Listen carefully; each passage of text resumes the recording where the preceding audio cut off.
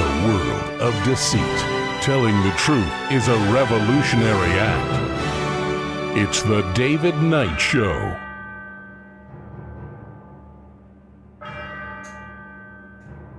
As the clock strikes 13, it's Friday, the 10th of July, year of our Lord 2026. Well, we're going to begin the program today, I think, with a perfect analogy for what's going on with Mitch McConnell. And it's not even weekend at Bernie's. And the question is going to be, will AI kill the economy?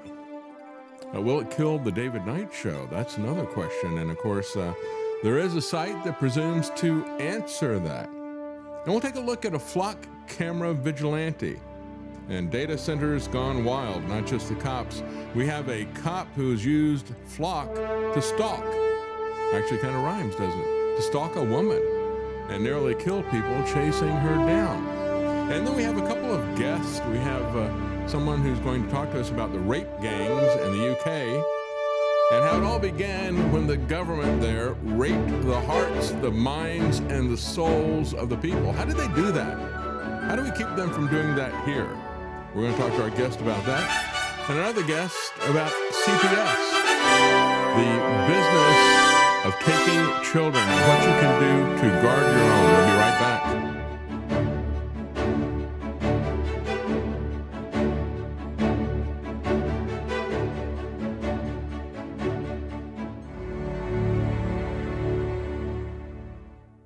Well, as I said, I think we've got the perfect analogy for what's going on with the GOP and Mitch McConnell. This is from the smoking gun. It was a Florida woman. Usually it's a Florida man. You know, the legendary Florida man does this, Florida man does that. This is a Florida woman who denied owning the coke that fell out of her butt. This is kind of where we are in politics, isn't it? Florida woman who denied ownership of a bag of cocaine that fell from her buttocks while being booked into custody told jailers that the drug must have been put there by somebody else. Why didn't Trump think of this with the Epstein files, right? According to the arrest report, a car being driven by this 30-year-old woman was spotted veering around the highway. They pulled her over. They said they smelled burnt marijuana. They said she was slow and lethargic. And after they got her out of the vehicle, she refused to remove her seatbelt, basically, to get out of the vehicle. They had to pull her out. She tried to lock her car. They said she also then tried to walk away, so they arrested her. They take her to jail. And as part of the process, they run her through a body scanner. They said they noticed an anomaly in her body. And so they sent her over for closer inspection. And in that room, when they came in the room, she was standing there with her hand across her bottom. And then when they removed it, this fell out. It's like, I have no idea how that got there. I'm sure we're going to see this excuse being used by the Republicans and many politicians. So, you know, when I talked to, I didn't talk to him, but actually Handy emailed me a follow-up after yesterday's show, and he said, nobody that I've talked to at work believes that Mitch McConnell can recover from this. And folks, stop and think about this. He was taken in. He's found unconscious with cardiac arrest in the morning. Who knows how long that had been going on. That's been 26 days ago. They've kept up this charade for 26 days. They've only got to keep it up now for about that, not even that long before they hit the deadline that there can't be a special election to replace him. That's what the game is. That's why they're playing this game. As Handy said, the best any of us have gotten as EMTs has been to get a return of a pulse, but none of us have had any patients that made it out of the hospital. So he said, unless they got some new secret weapon there, likely not going to happen. And especially because it affects the brain. He also said, as we were talking about yesterday, SIDS, he said the last two SIDS patients or responses that he had, of course, they were dead. But he said they had recently had this happen. They'd just recently been vaccinated at their well baby visit. Yeah, your well baby, you take them in and they kill your well baby. Anyway, this woman had 3.8 grams of cocaine that fell from her rear end. With the coke at her feet, cops say she denied knowing anything about the drug. She speculated that maybe somebody had put it there during a romantic encounter. This really is metaphor of where we are in politics, isn't it? Donald Rump. And again, when we look at everything that happens with the Trump regime change, we've got all these people say, well, Trump didn't do what happened in 2020 with the pandemic. No, it was somebody else who did that. I'm sure it was. Yeah. What were you going to say, Liz? Field, how did that get there? Well, I've been looking for that. I don't know where that happened. Here's another example of course, you know, the left has got their woke, and I guess the right has got their coke that falls out of their butt. Here's an example with RFK Jr. He has just ended the COVID emergency use authorization declarations. However, the PrEP Act shield is still there. And again, Maha doesn't know where that coke fell out of. 7 years after Washington rushed poorly treated, tested drugs and shots and devices into the fight against an imaginary coronavirus. This is, that's my take on it. This is, I'm reading from the New American, but I call it the imaginary coronavirus. Spending billions and killing and injuring millions in the process, they have finally discovered that the emergency is over, except there never was an emergency.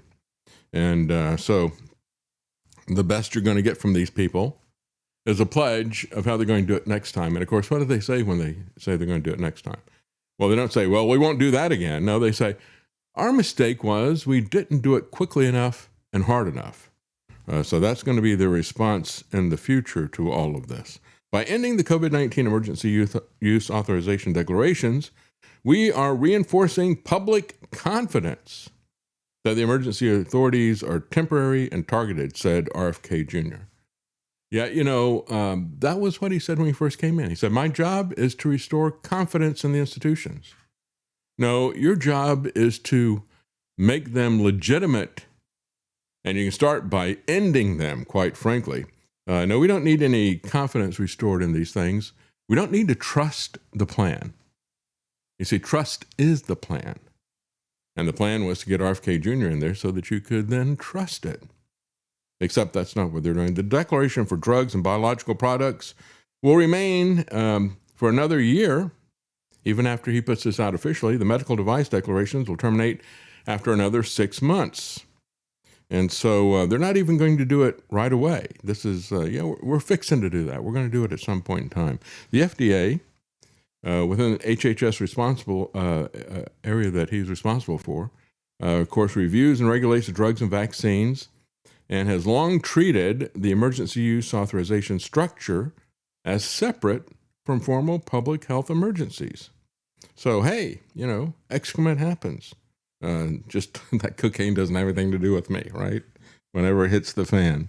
And so when we look at this and we talk about death, and of course, death is coming for us all, but is it coming for our website? So it was an interesting article over the weekend from Matt Drudge.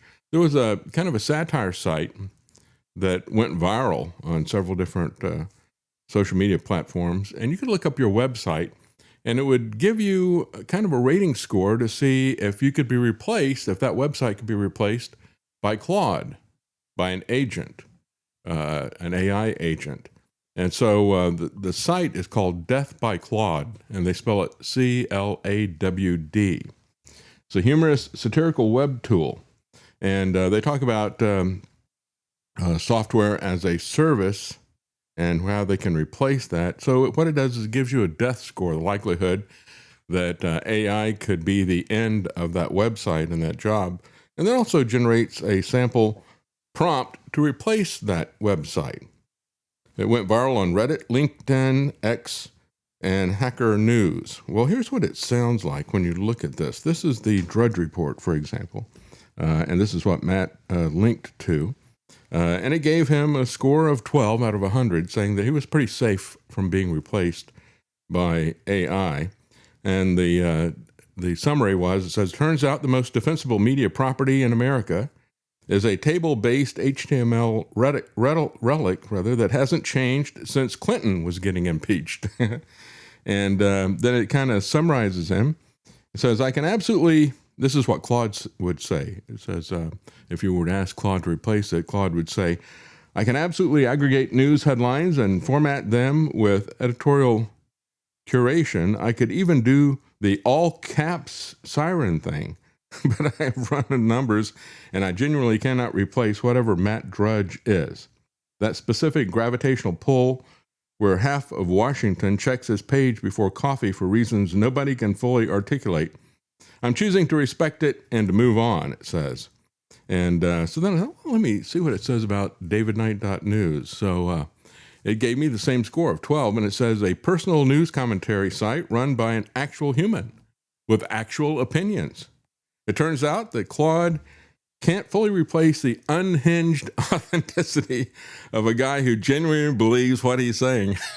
There we go. We could put that up on the website. The unhinged authenticity of a guy who actually believes what he's saying. And says this would be the prompt that it would give to Claude. The skill is as independent news commentary. The role is a contrarian media personality. Says you are a passionate independent journalist and commentator. You would tell Claude if you're doing a prompt for it. So the instructions would be to deliver daily news commentary with maximum conviction, to cover liberty, health, freedom, and media skepticism angles, to cross-reference mainstream narratives with alternative sources, to write headlines that make people feel urgently informed, to maintain consistent ideological voice across all content, to interview guests who wouldn't appear on CNN, to accept no corporate advertising, and mention this frequently. And then finally it says, the cause of death, not dead. This isn't really a software as a service. It is a person. Claude cannot become a person. And then it puts in parentheses, yet. And so it says, davidknight.news was not a software as a service product. It was a man, a microphone, and a deeply held worldview.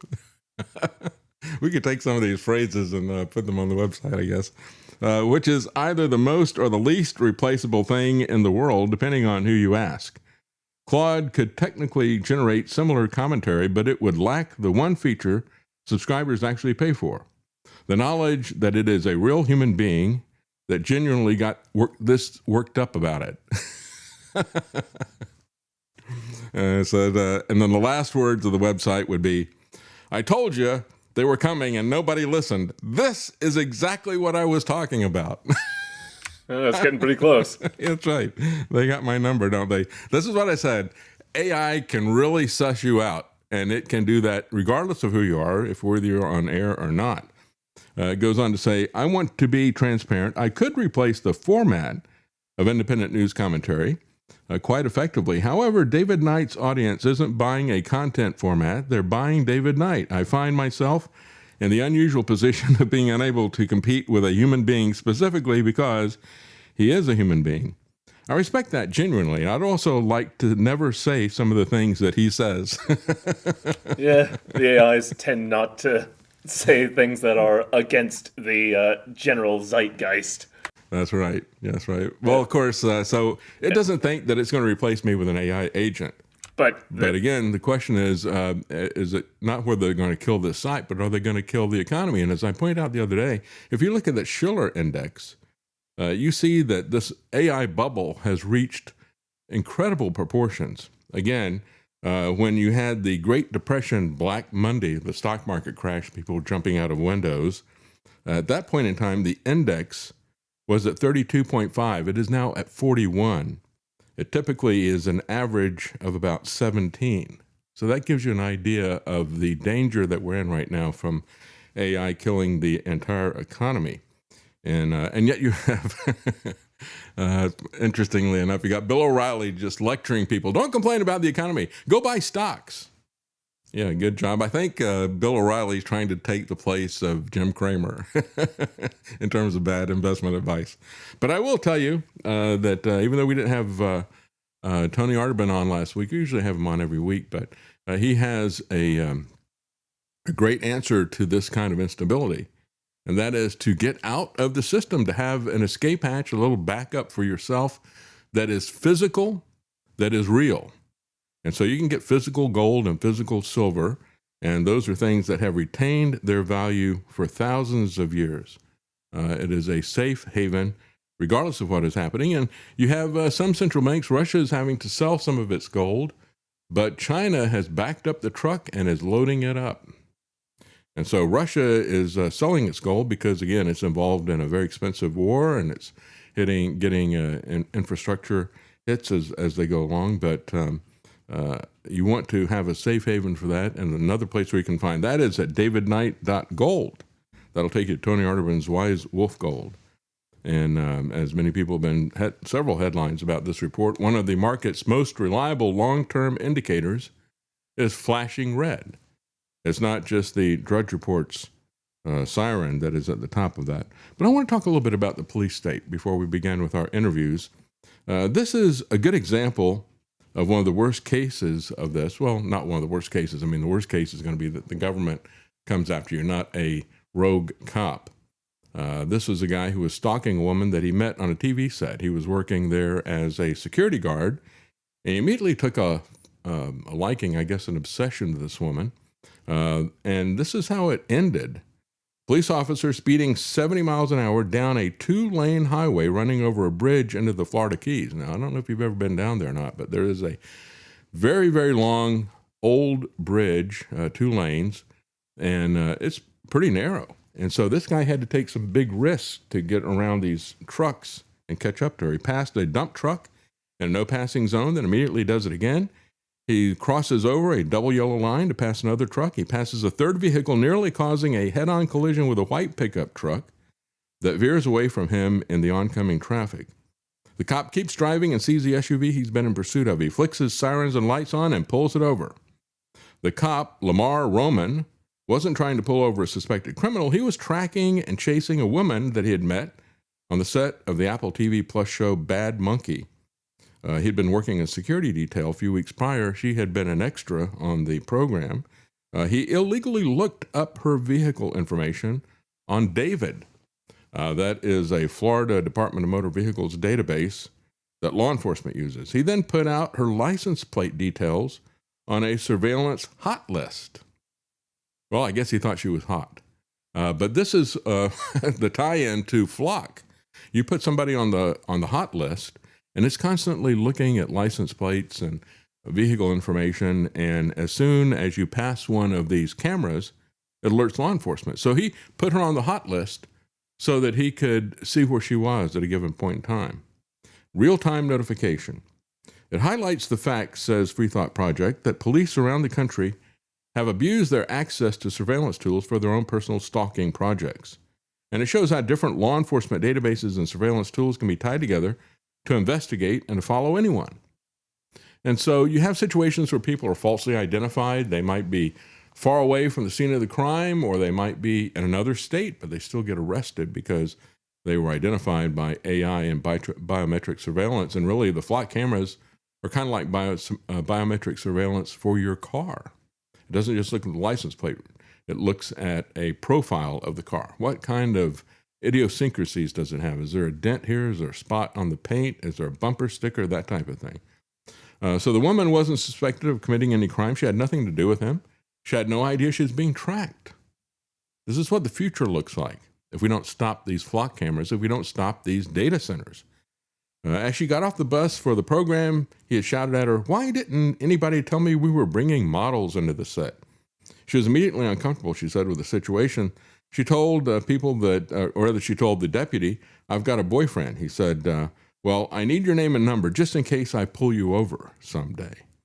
And so he kept doing that. He wouldn't take no for an answer. And there were people on the set who could back that up.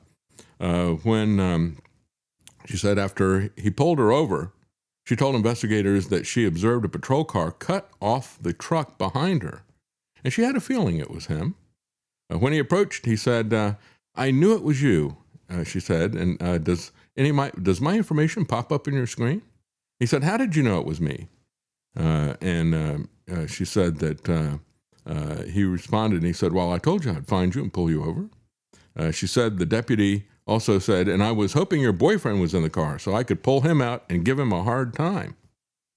Yeah, this is the way this guy picks people up. Here's a tip. This is not the way to win friends and influence people. It's not the way to get a date either. Anyway, as people are pushing back against this, we had a guy in Virginia who is now facing charges for cutting some of these down. Each of these, when you look at the value of it, the pole, the camera, and the solar panel is about $1,500. He cut down several of these. The CEO of the Flock company, Garrett Langley, said that the organizers of a website that tells you where these cameras are, it is dflock.org, DEFLOCK.org. The CEO of Flock called them terrorists. He said they're akin to Antifa. Well, they're probably associated with China somehow too, don't you think? No. It's more likely that Flock is associated with China. So I don't know. Or maybe they are terrorists like the people who oppose Israeli genocide. I don't know. This guy's name is actually Jeffrey Sovern, Sovern. And he has a GoFundMe where people can help him with his legal expenses. And he's gotten quite a bit of money there. He's charged with ripping out multiple cameras in Virginia because he said they are unconstitutional. He is a U.S. Air Force engineer, and he's been charged with 13 counts of destruction of property, 6 counts of petty larceny, 6 counts of possession of burglary tools related to the destruction of the license plate cameras. And so to pay for his defense, he put up a GoFundMe account with a goal of raising $8,500, and he has received so far $22,000, mostly between $5 and $50. He said, "I appreciate everyone's right to privacy that is enshrined in the Fourth Amendment." But really, of course, folks, the true issue that we have with all of this is the surveillance centers. And they just keep building. And yet, most people look at them as the trespass aspect of this, and the expense aspect of it. But it's really the surveillance aspect of it that we should be concerned about. Microsoft has built a over $7 billion data center, and they have a lawsuit from nearby neighbors pushing back against it. They said that it's a constant 24/7 sound of the generators. They said sounds like a train going through the area. Diesel generators, heating, ventilation, air conditioning systems.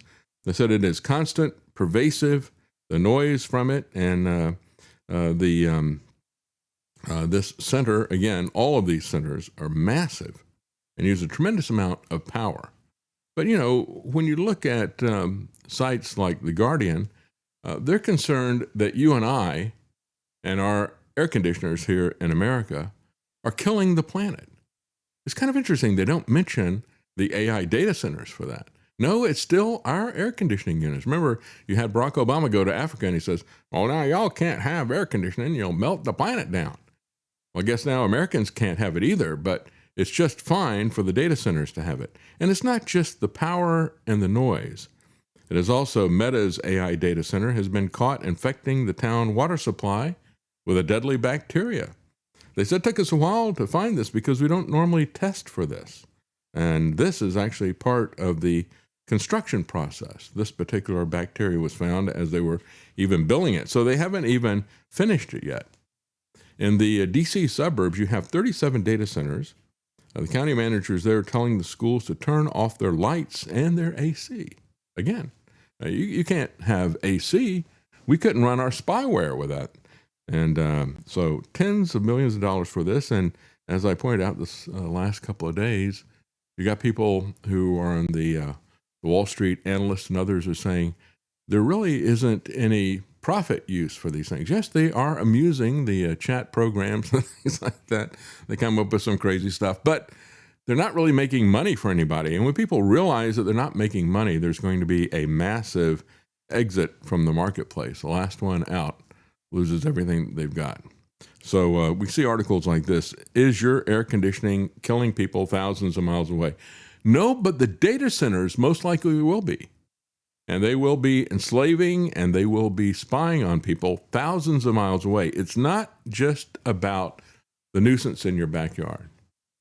And so we've got an interview that is coming up about the gangs, the rape gangs that are happening in the UK, but we've also got a rape gang that's operating in D.C. around Trump. A woman was allegedly raped by Trump, went to a judge and said she fears for her life. The judge has now ordered the Department of Justice to unredact her files.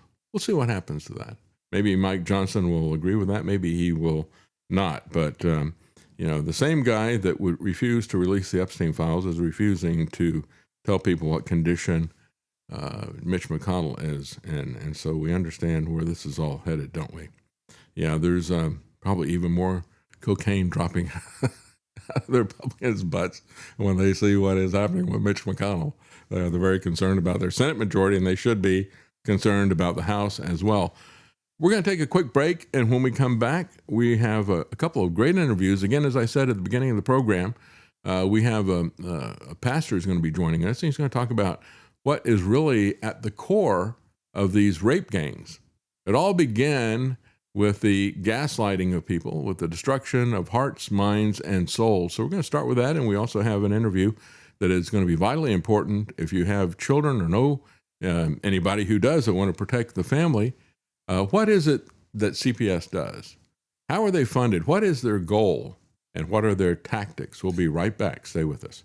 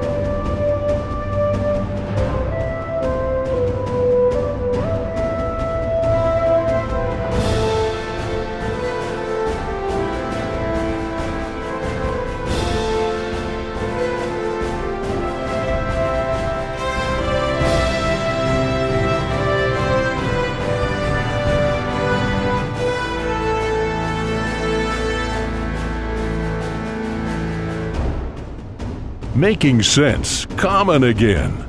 You're listening to The David Knight Show.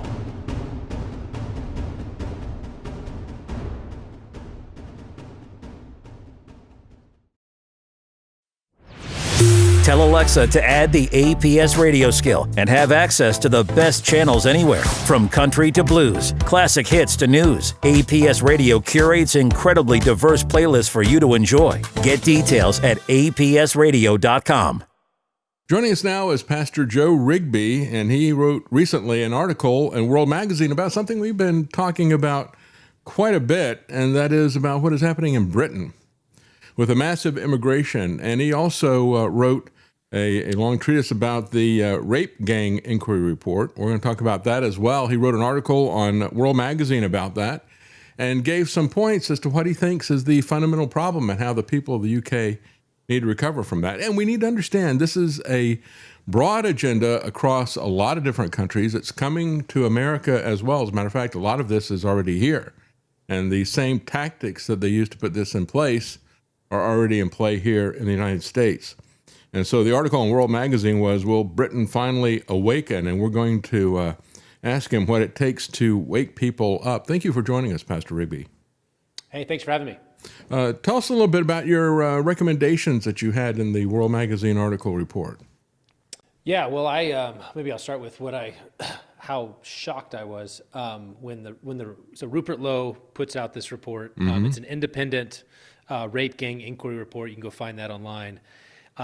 Basically attempting to examine whether what had to this point been treated as isolated sort of grooming gangs. So there was a famous one in Rotherham, a report about that, and then there was another report. And but the British government had not formally looked at everything. And so he, raised money and did it independently to say, let's actually look and see how. And I just read it and was just absolutely shocked. Well, it's huge. I haven't had time to read the entire thing, but I've gotten excerpts of it from the press, and it truly is shocking. And what's, I think, even more shocking is the government's complicity in all of this, right? Right, absolutely. So it was, the numbers are, up to 250,000 white British girls all over the United Kingdom that weren't just, they talk about grooming gangs or rape gangs, but this was like systematic sexual torture, and ritualized by specifically Pakistani Muslim men. And it was organized, it was systematic, and so you think, okay, wow, that's going on. But it's going on with the at least passive complicity, if not active complicity, of every strata of British government, from the police to social services, child welfare, foster care, hospitals, the NHS. Like everywhere you look, it's like everybody is aware of this. They see these young girls being brought in with, girls at 10, 11, 12 with sexually transmitted diseases. With bleeding and beaten and whatnot, and they just patch them up and send them back out with the same, Pakistani men who've been abusing them, and that everybody just looks the other way, or that's amazing. Or helps organize. It's just let me interject shocking. here and say, when you go to, we had a situation decades ago. My son, who's now working the board, was a young child, and we went to a wedding in Nashville. And my mom was with us, and she was in a wheelchair, and he's a little toddler. He falls in the wheelchair, and he gets a knot on his head, but he's okay. But it swells up a little bit. But then he goes over, and because we're in a hotel and we're rushing, my wife's got her iron on the bed, and he touches that with his hand, and gets back. And so then because we're rushing, we're not paying that close attention to him, and so he gets a blister on his hand, and she was worried about the knot on his head, so we took him to an urgent care thing, and they said, well, we can't do anything about that. Go over here to the emergency room. And when we went there, they called the police on us. Right. And so my point in all of this is that they're very, very aware of anything that might be signs of physical or sexual abuse. And yet they just look the other way when it is so incredibly obvious. And the guy who put this together is a new leader of a new party, the Restore Party in the UK, because a lot of people are concerned that the whole idea that the conservatives aren't conservative and the liberals aren't about freedom, and the Reform Party maybe is not seeing what the real problem is, because it's not something that's just going to be reformed. It needs to be radically restored at the roots. Yes. Yeah. Yeah, that's right, and I think so. Rupert, I don't know a ton about Rupert Lowe. I've seen the announcement of Restore, and from what I can tell, I'm not an expert on British politics. I'll put it that way. But that like you said, the Conservatives have basically just been liberals going a little slower, but a lot of the same policies. And then Reform, led by Nigel Farage, was pitched as kind of the radical right alternative. But that they have kind of softened, especially on immigration, I think in an attempt to win votes of certain immigrant groups. And therefore they haven't touched this issue. And then finally Lowe says, I'm going to be the guy who's just going to tell it like it is, and I'm going to expose and listen to these survivors. Again, thousands and thousands of women. I mean, you read the accounts, there's just these victim accounts. That are in there, and you just can't believe that this would go on in a first world country with the knowledge and complicity of the governing officials, who, like you said, normally in any other circumstances would be on it, who would say this is absolutely unacceptable, but because of the racial dynamics, because of the immigration dynamics, just look the other way and let it happen. It was just shocking to me, and so I read it and thought, will this, and at the time, I mean, this has been now a couple weeks, but I thought for sure this would trigger something. And the fact that it hasn't is, I think, one of the more discouraging elements, is that there hasn't been a widespread, I agree. protests in the streets and calls for, a new election to put in a new prime minister and clean house. The fact that there hasn't really is a discouraging thing about the state of the British people. Yeah, I know. I mean, we go back to 2020 and the lockdowns and all the rest of the stuff that was happening there.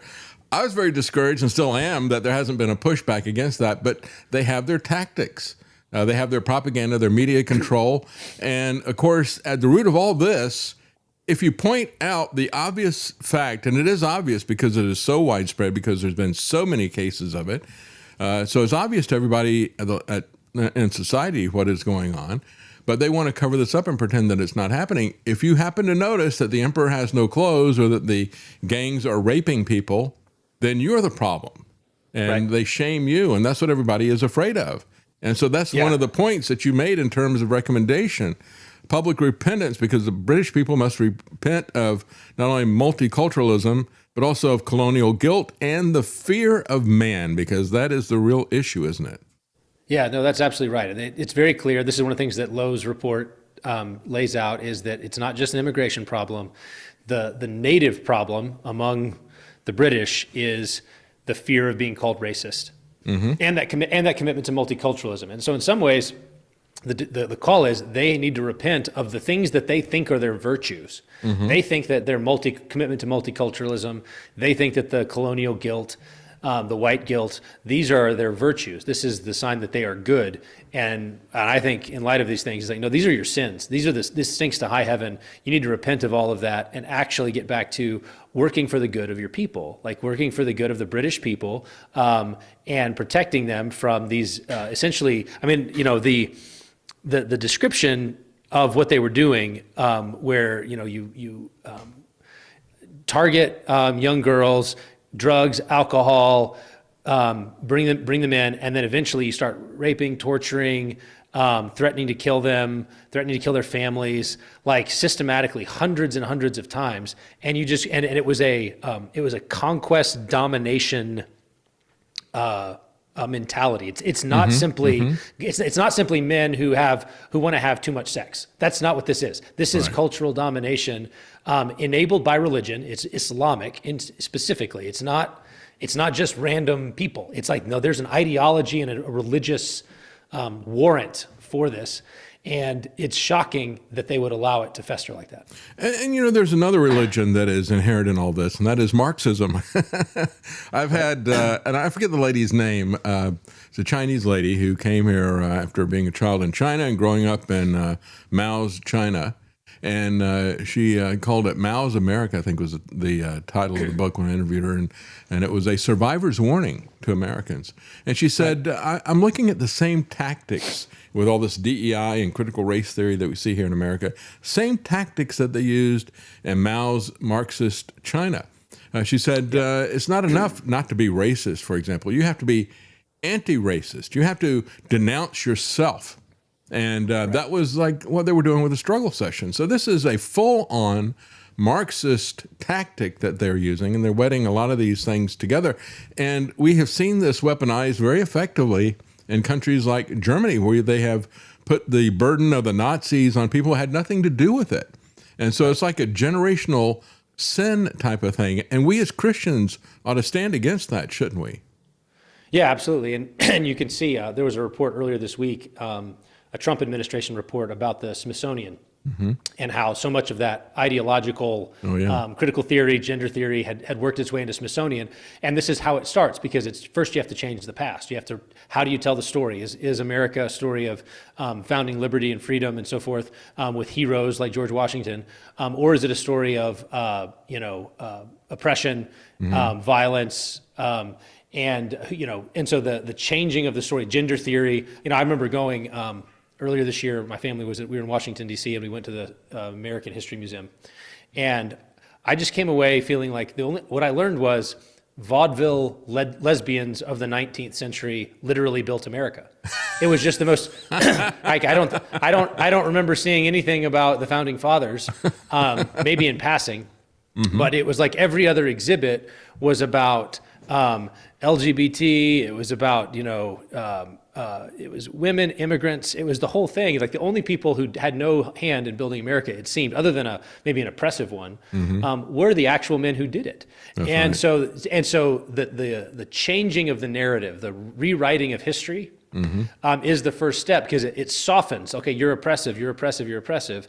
And then now that means when we let in these immigrant groups who are going to plunder and in extreme cases do what they've done in England, you'll have no defenses because you'll feel like you deserve it. Yeah, that's right. And I've seen this as well. I mean, certainly Washington is awash with this, but we used to take our kids when we lived in North Carolina, we'd take them up regularly to Colonial Williamsburg. Of course, that was a foundation that was created by the Rockefeller Foundation. But in its early days, it was about the conventional American history with the heroes who actually did the things that we talk about, the things that founded our country. But over time, we kept watching it get more and more DEI and critical race theory and things like that, and more critical of the people who actually founded the country. And so I would I would ask some interesting questions to the people when they would have a group discussion. You know, they'd be putting their doctrine out there, but most importantly, I wanted my sons to see that because they're homeschooled. They didn't see it too much. Yeah. I said, look at that. This is what they're doing, and this is why they're doing that. And it was important to have that discussion. And it was that way in Colonial Williamsburg. It was really, really bad up at Plymouth Rock. We went up there one Thanksgiving. That was far worse than what I had seen prior to that at Williamsburg. But I'm sure Williamsburg is caught up now at this point. But that is what they're doing. And they're doing it in culture. They're doing it in movies. They're doing it especially in schools, aren't they? Yeah. And, you know, if you think about here's a biblical parallel that might be relevant. When Moses is up on the mountain getting the Ten Commandments, Aaron's down with the people, and they demand, make us gods, because they're scared. They're scared, we need gods. When Aaron does it, when he takes their gold, makes a golden calf, what he says is, these are your gods who brought you up out of the land of Egypt. And so he's attributing the work of God to this idol. And it's a rewriting of the past. Like the first step towards the idolatry, toward the rejection of the living God, is a rewriting of that history. And so in the same way, there's a concerted effort to rewrite American history away from its Christian founding, away from for all of its flaws, for the greatness of this country, rewrite that narrative in order to move us away from the God of our fathers. I agree. And of course, one of the other things is they give me this gold, and out came this golden calf, like it just magically appeared. Yeah. And that's what they're trying to tell us now is that all this stuff I was just standing here. Grew up organically. I don't know how these things, it must be true because it just happened, right? That's right. But you have a couple of books, as a matter of fact, at Canon Press that kind of touch on this, I think. One of them, The Sin of Empathy. Tell us the difference. Is there a difference that you see between empathy and sympathy, and what would that difference be? Yeah. In that book, I try to distinguish them. I'm not hung up on what words people want to use different words. It's fine. Get the concepts. One is a kind of measured, anchored, tethered response to human suffering, where you see the suffering, but you're anchored to what is good and what is right, and therefore you actually seek to help people. I liken this to if someone was drowning. And you wanted to help them, you would reach in. That would be the kind of the sympathy part. You're going to reach in to help them, but you're going to remain anchored to the shore so that you can actually lift them out. You need to be tethered to something outside of their emotions and their pain. On the other hand, I would say the way that empathy often gets used in the modern world is essentially you just have to jump in with both feet. They're drowning, and you just jump in. And now you have two people drowning. And so it puts their emotions and their suffering in the driver's seat and becomes a tool of emotional manipulation. And so I think to dovetail that to some of these discussions, it's in the name of empathy that Western nations are required to admit anybody who wants to come into the country for any reason. Empathy for illegal immigrants, empathy for refugees. And you can say, I'm a Christian. Shouldn't we be for compassion for these groups that have, and it's like, I want to say, sure, but why does that mean we have to let in, 11 billion, able-bodied men into this country with no consequences? Why do that doesn't follow, but it's empathy that is the kind of steering wheel that overcomes any resistance or objection that says, hey, maybe we can't receive this many, maybe we can't absorb that many. Maybe this is going to be harmful, destructive. Are they compatible with our nation? Do they have the same values? Do they have the same beliefs? Do they have the same cultural folkways? Will this work? And you can't even ask those questions. It's overridden by, well, you have to be empathetic. Yeah. And, when I think of it, I think about empathy being manipulation of the emotions. Remember, Bill Clinton, I didn't know what he was trying to say. He was, I feel your pain, that type of thing. Yeah, right. And so it's all about your feelings. And it's not, like you said, anchored to anything that is concrete. You can sympathize with somebody, but with empathy, you're supposed to, it ties into all this. You can't not be racist. It's not enough. You got to be anti-racist. So you have to put yourself, as you pointed out, you got to jump into the mire with them and suffer with them. And it just removes objective principles. That's the whole point about it. Taking away, it's almost like doing a lobotomy. And now we're just going to be ruled by emotions. And that's a right. very dangerous thing. Yeah. So one of the ways I would distinguish the two phenomenon is sympathy or compassion is looking at what would be good for them. It's the other person's good. What would be good? Whereas empathy fixates on their feelings. That's right. Which means that empathy will often do short-term fixes because it'll relieve the immediate feelings, but in the long run will be more destructive and harmful. It's amazing how much destruction you can cause in the name of empathy. You can kill a lot of unborn babies. Yeah, that's right. In the name of empathy, because you can just override any moral concerns by the potential suffering or the actual hardship faced by a woman who's pregnant. And you say, well, empathy for her means I have to ignore the humanity of her unborn child. It just overrides any rational or moral considerations. That's right. And when we look at this, it's, again, we go back and we just become emotional about all this and not really look objectively at it. You talked about what is in people's best interest in terms of compassion. Is it really in the best interest of people whose ancestors went through something that was unjust? And of course, probably all of our ancestors went through something that was unjust in their life. That happens to all of us to some degree or the other. But is it the way to move forward? Is it to just uproot and destroy our entire society and everything? Let's just forget about all the people who have worked hard and saved their money and bought a home or whatever. We're just going to give it back to, let's say, the Indians or whatever. That type of thing has been proposed. Is anybody really better off with that kind of situation? And that's what just focusing on the emotions, I think, really eventually leads to, as you're pointing out. Right. Yeah. Well, and it sets up a kind of zero-sum situation where it's competition to be in aggrieved classes. So I refer to this as the victimhood Olympics. The greatest victim wins. That's the rules of the game are you want to be in the most victimized person sets the agenda for the entire community. And that was the rules of the game in that kind of critical theory, cultural Marxist mentality was it moved it out of simply the realm of economics. Classical Marxism was all about working class versus the middle class, or the proletariat and the bourgeoisie. That was the bifurcation, and this just basically expanded that and said, well, victimhood could go in multiple directions. There's racial victimhood, there's gender victimhood, there's sexuality victimhood, there's every kind of victimhood under the sun. And the more victimhood points you can accumulate, the more power that you have in that system. And that was basically has been the operating system of the West in one political party is completely sold out to it. I think part of the other political party wants to be sold out to it. And so you end up in a situation where if you just want people to play fair, you just want governments to call balls and strikes and leave people the ability to work hard, keep what they earn, provide for their families. If you're there, you've got massive incentives against you. And instead let's stoke resentment and grievances among different classes and groups of people as a way of manipulating and controlling them. That's right. That's right. Divide and conquer. And I really think that is that very simple strategy that everybody has always talked about. I think that is at the root of what these cynical leaders are doing in order to betray their own people. They know that they have an agenda down the road, and that's what a lot of this back and forth with the encounters of the UK police are about. When people refuse to comply with the biometric surveillance and facial recognition vans that they put out there by putting a mask on their face, then the police come after them big time. And it was just a few years ago they were demanding that we put a mask on our face. That's right. It's crazy. That was the only sense. Or you're standing on a corner and you're just watching people and you're filming people, and they're filming everybody all the time. And so then they come after you just to make that compliance effect that is there.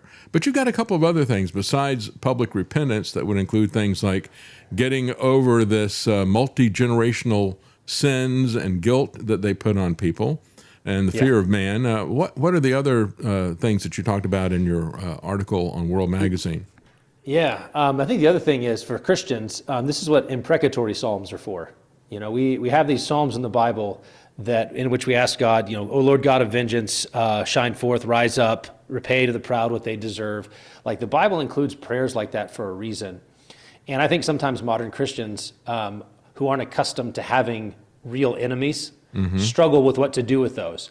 And I think situations like this are precisely what those psalms are written for. Here you have high-handed wickedness of the most grotesque kind, preying on the innocent, and God has given us language to express our outrage to him and call upon him to act on our behalf and act on behalf of the weak and the innocent. And so I think churches have to recover a robust, whole Bible mentality and not simply leave out those what are often the gnarly bits, the parts that make us uncomfortable as modern Westerners, and instead say, no, these are in here for a reason, and you're going to face situations when Pakistani grooming gangs are systematically torturing young girls.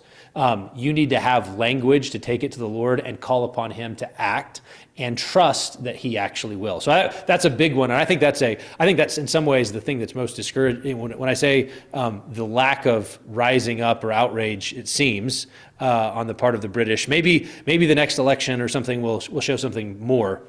But maybe it's just bubbling beneath the surface. We can pray that it is.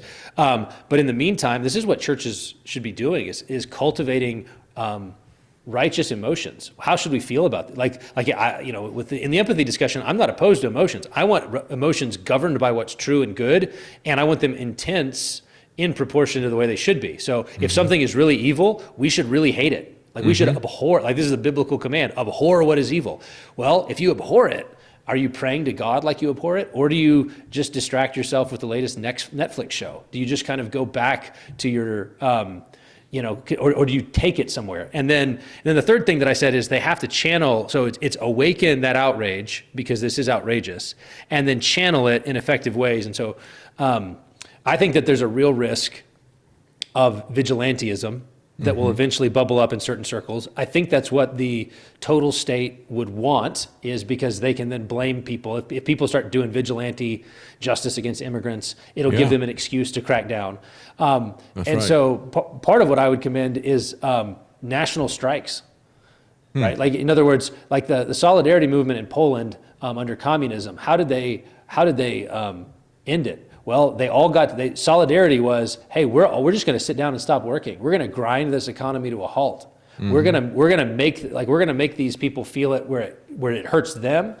And so I think for the British people to, for Rupert Lowe, for example, to call for a general strike and say, hey, for the next week, we're not going to work. We're going to grind the country to a halt until you call a new election and the people can have a chance to get rid of all of these folks who enabled it, who have a chance to, hopefully move a bunch of those restore politicians into power, where they can actually begin to take action and not simply vent their outrage into the online social media. I agree. And of course, the powers that be understand that they can push us to the point that people strike back violently. It was John F. Kennedy who said, when you make peaceful change impossible, you make violent change inevitable. And so they are aware of that, and they look at that, and their response to that is, rather than making peaceful change possible, they say, we could use that violent response. Yeah, no, it's true. There's actually a great, there's an essay by C.S. Lewis that's just right on this point. It's called Delinquents in the Snow. It's a lesser known essay by him. And in it, he basically describes a situation where some young hooligans basically broke into his shed and stole a bunch of tools. And they were caught, and they were caught, arrested, and went down for the trial. And the judge on the trial basically treated theft of property like a prank. Oh, these are just childhood pranks.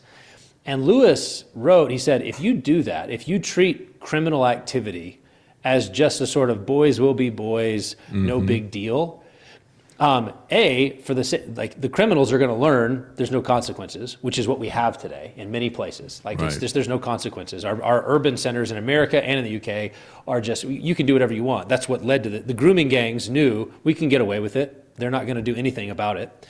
But then eventually it provokes vigilantism on the part of the population, and you do get this violent backlash, and you're stoking revolution. Now, whether it actually come to that in the UK or the US, I don't know. I don't know that we have the fortitude or when you think about the sorts of outrages, we just celebrated the 250th, and so I'm sure many people were watching their favorite patriotic movies. And if you think about the sorts of things that got our forefathers to take action, a penny tax on tea.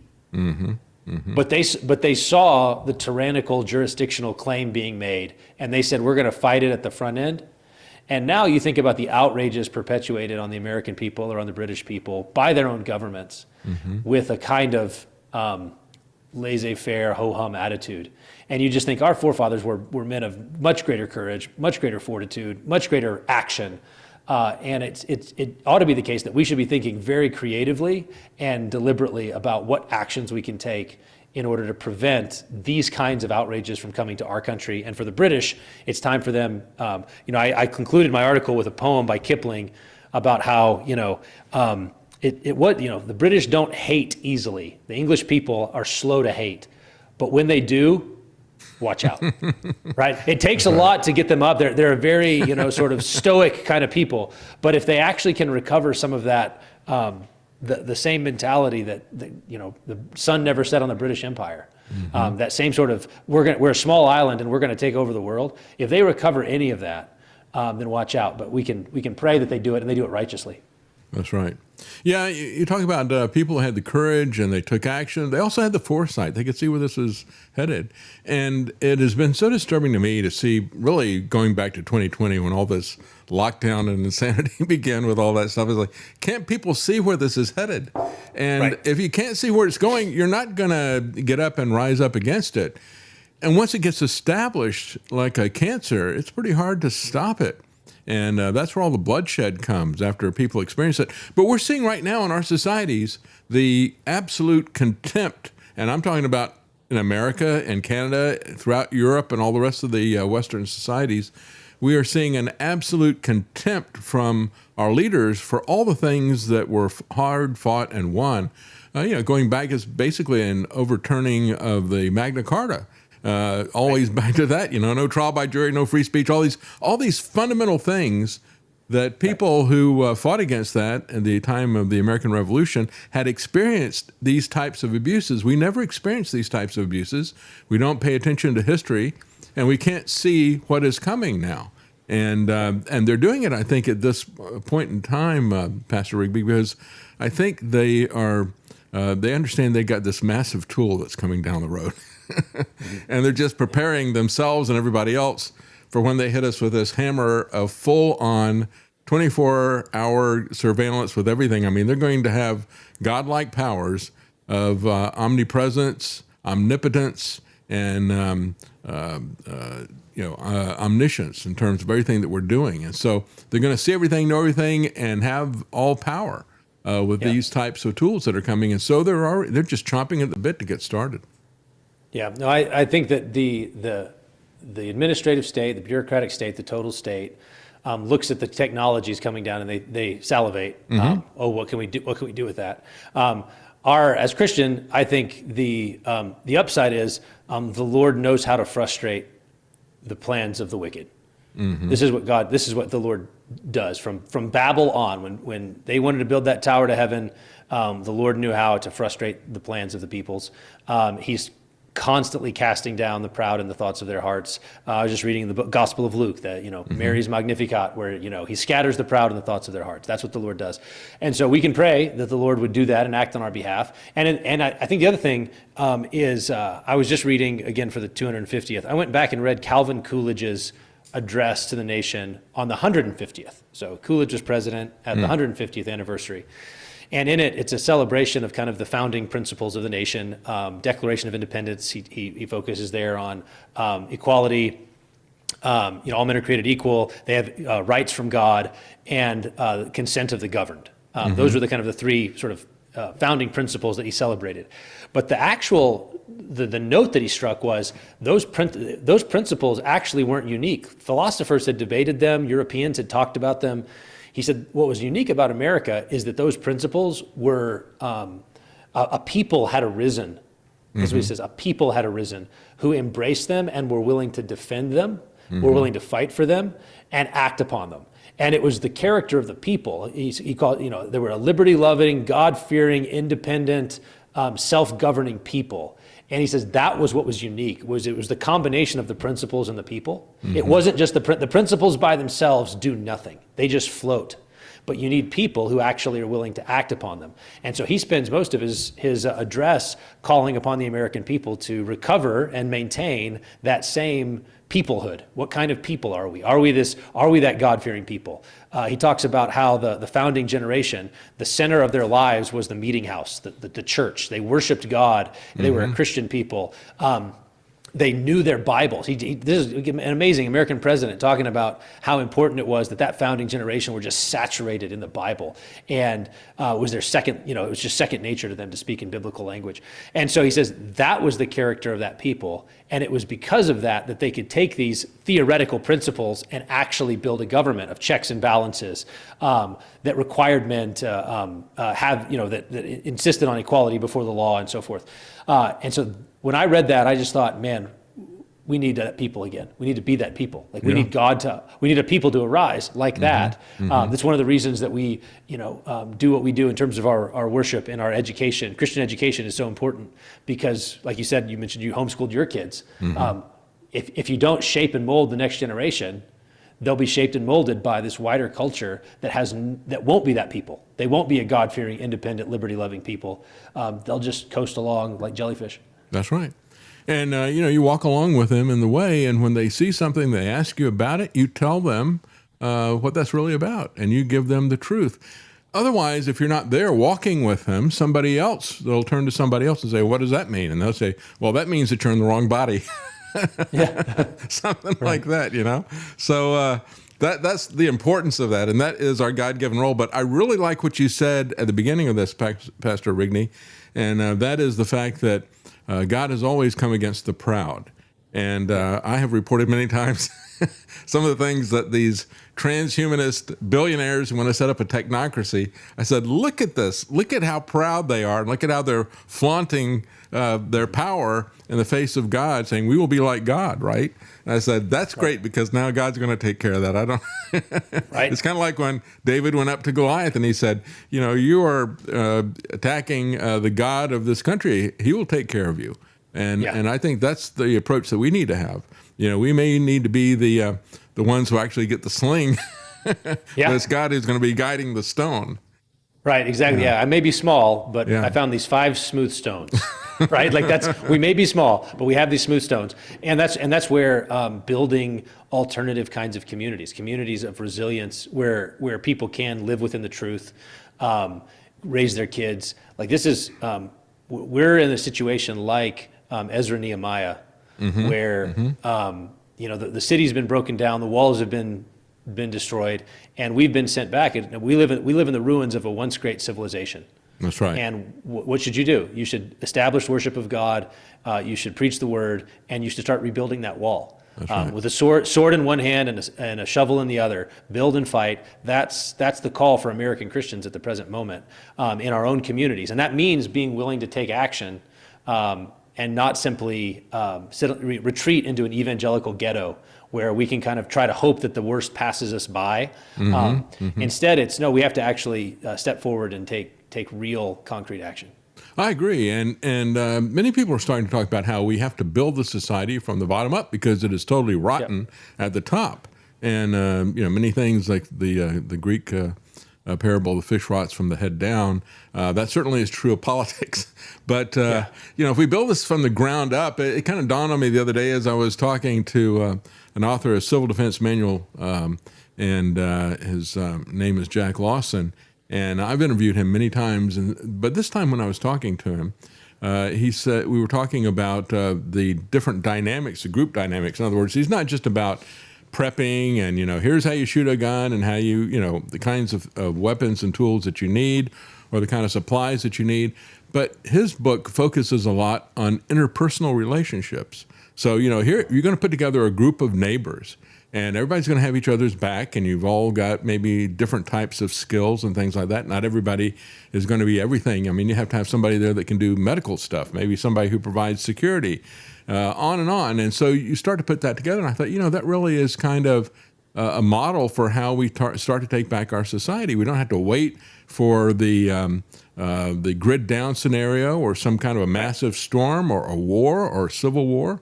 We don't have to wait for that to start. We can start preparing and start rebuilding because things are already, as you pointed out, the walls are being broken down. And so now is the time to start building relationships, building skills, building community, I think, and doing that from the bottom up. That's right. And so our blueprint for this is it begins with the worship of God. Worship is the heartbeat of every Christian community.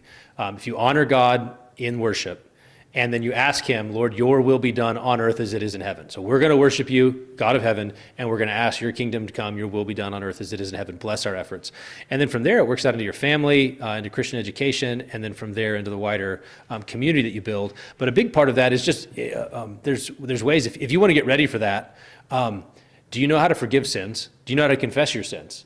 Because like you said, communities like that are going to need to be able to trust one another. Then you're going to need to be resilient. And so are you the sort of person who keeps short accounts with your neighbors, with your wife, with your kids? Do you confess your sins regularly? And then do you know how to extend forgiveness when you're wronged? Like that's bread and butter basic Christianity. And when you're talking about civilizational renewal, it's actually essential. Otherwise, you just have festering grievances every direction. Absolutely. Forgiveness of sins is fundamental to human societies. You can't function if you're constantly keeping track of rights and wrongs and who's done what to me and collecting grievances. It will all fall apart. And so instead, Christian communities preach the word, believe the gospel, and then live it out. That's absolutely right. And, I think of that I've mentioned many times, we have this kind of a Hatfield and McCoy's approach that happens in the Middle East, and it just keeps the conflict going and going and going because there's never any forgiveness. There's never any okay, that's behind us now. Let's figure out what we got to do to move ahead and have peace or something like that. And that is what we have to do on a personal basis. You point out, if we can't forgive others, and if others can't forgive us, we have really lost the heart of the gospel, because that's what the gospel is about. And that is what these Marxists have tried to take away from us. They have tried to perpetuate this guilt and this sin and this keeping records of, well, he did this, I'll never forget that, and I'll never forgive it. And so they have kept this thing going, and it's like a wound that you keep picking at, and it keeps festering and bleeding, and they're the ones who come along.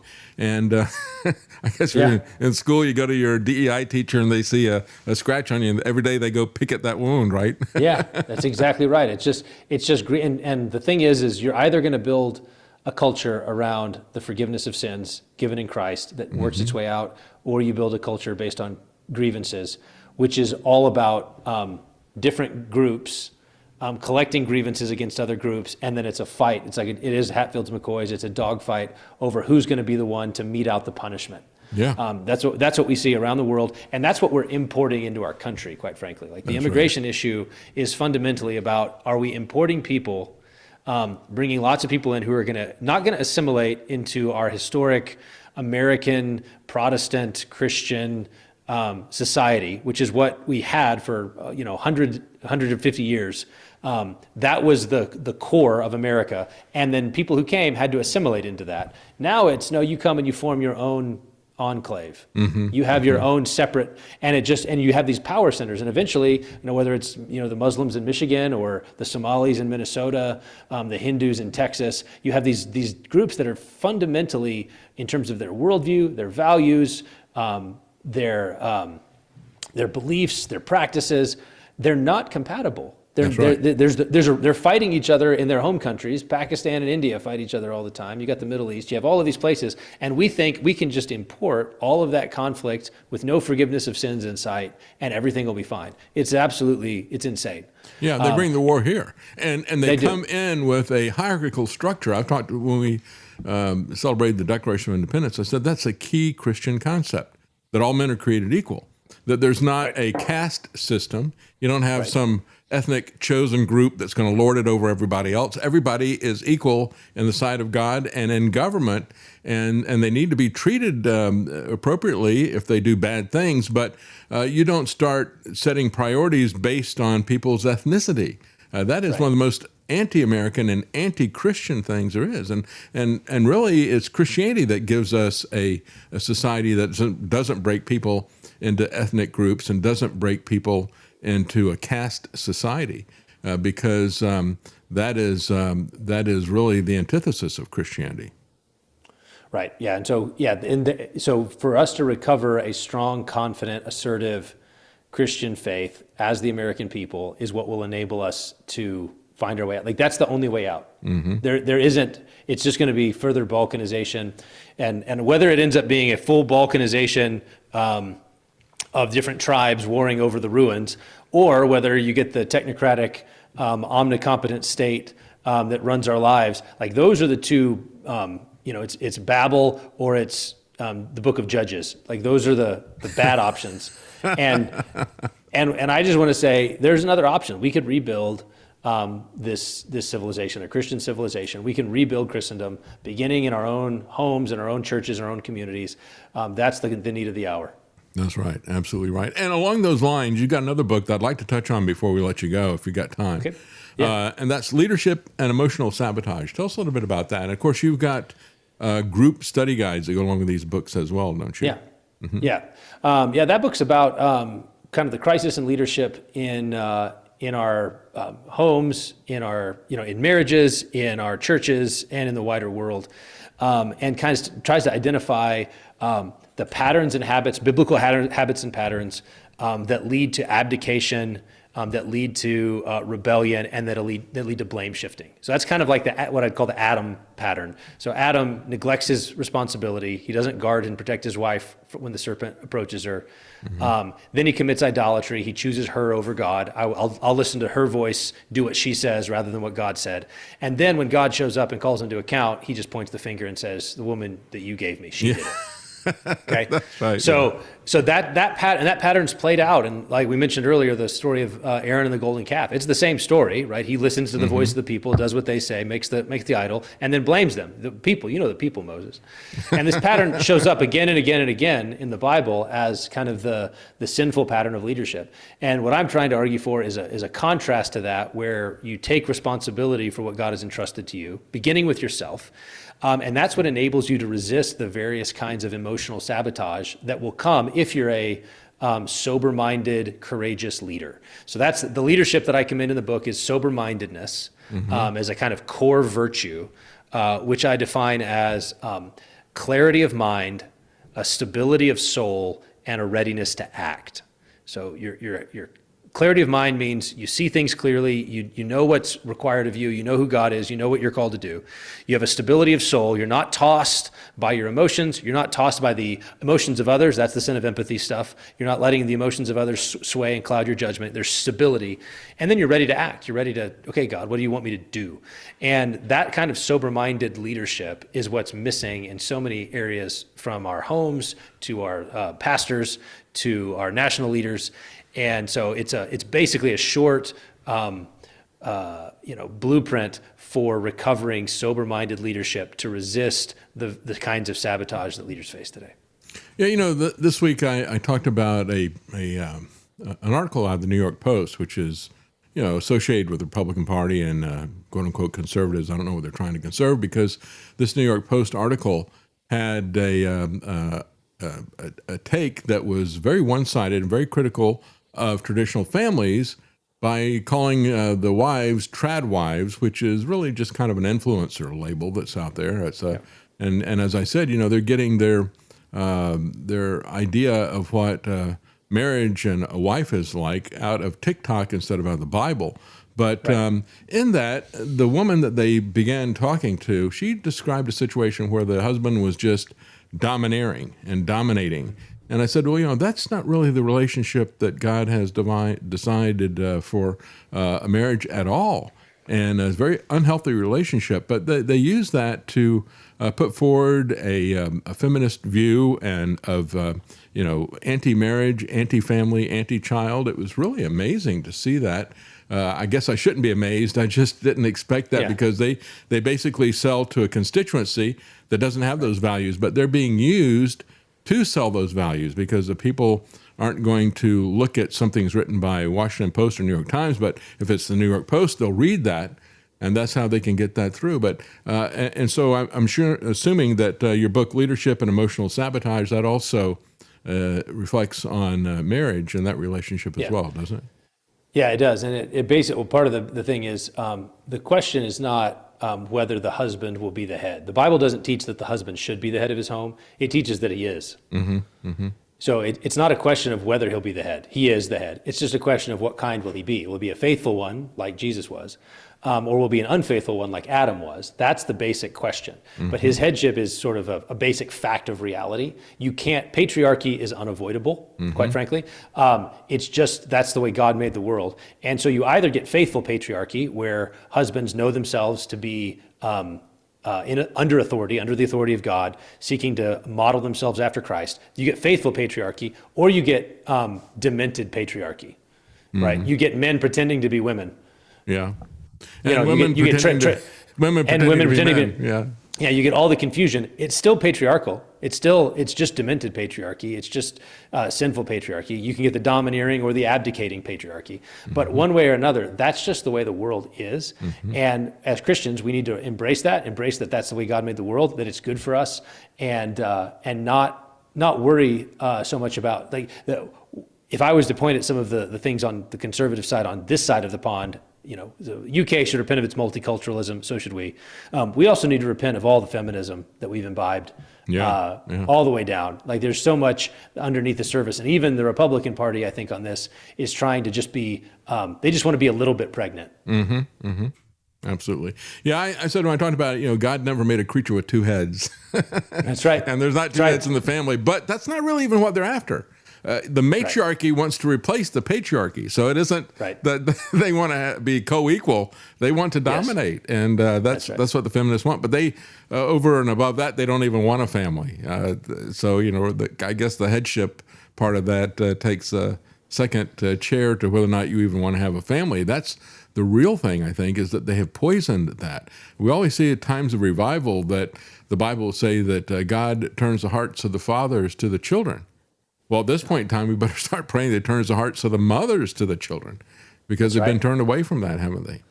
Yeah, no, it's very true. The political divide, the young single women who have just drifted left, because basically nature abhors a vacuum. And if you're going to teach people that if a woman wants to get married and to be a mom, if that's her ambition, if she has that holy high ambition to be a wife and a mom, that's mocked, derided in every aspect of our culture. Well, it doesn't mean that a woman still has the natural desire to have someone take care of her and to provide for her. And so instead of looking for it in a husband who's covenanted to her, she looks for it in the state. Yeah. She looks for it in, instead of getting married to her husband, she gets married to the government. I agree. And they know that. They know that. And they know that. Yeah. So they begin to, and so that's who's going to provide all the needs. And then they're going to try to confiscate every aspect of, those who live by the old ways. The traditional family is going to be basically a big pot of money that they can confiscate in order to redistribute it to provide all of their wives, all of their unmarried, childless cat ladies that now, they still have that mothering instinct. I think this is a major element. This is dovetailing back to the sin of empathy thing. It's feminine empathy that enables so many of these pathologies in our society, whether it's for criminals, whether it's for illegal aliens.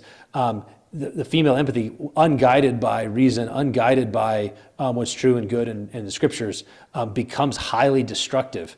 And you see these bizarre situations. I mean, it's an amazing thing to watch, say again in the UK, women defending these illegal immigrants. They've let them in, they're raping their women, and rather than sort of mama bear kicking in and saying, no way, no how, they defend the very people who are committing these horrific crimes. It's a shocking inversion of everything natural and good. Yeah, especially when they are on line to be a victim.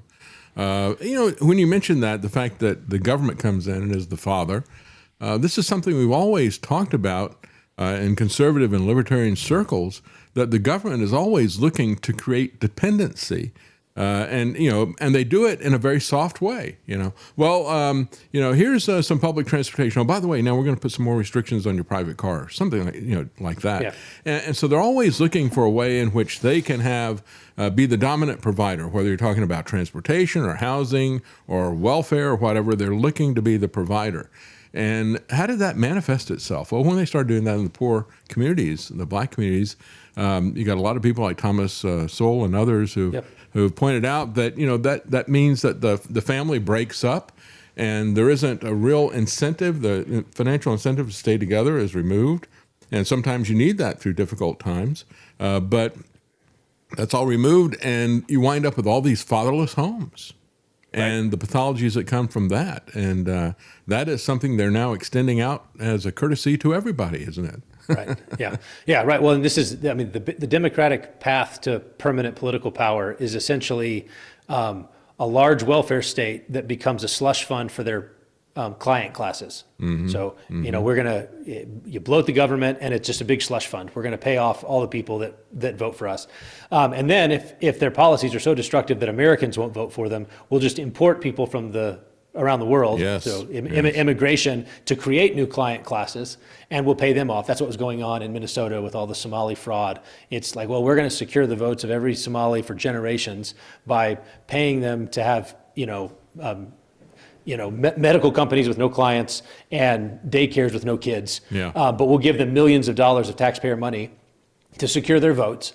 And then you add the third step is lax voting laws. Mm-hmm. To where, you don't know how many votes do we need? Well, we'll tell you after election day. Yeah. How many people voted? We'll know later. And it's those three steps: big government bloat as a slush fund to pay off client classes and importing illegal immigrants, and lax voting laws. That's how you turn every state into California. That's how you turn every state into New York, every state into Illinois.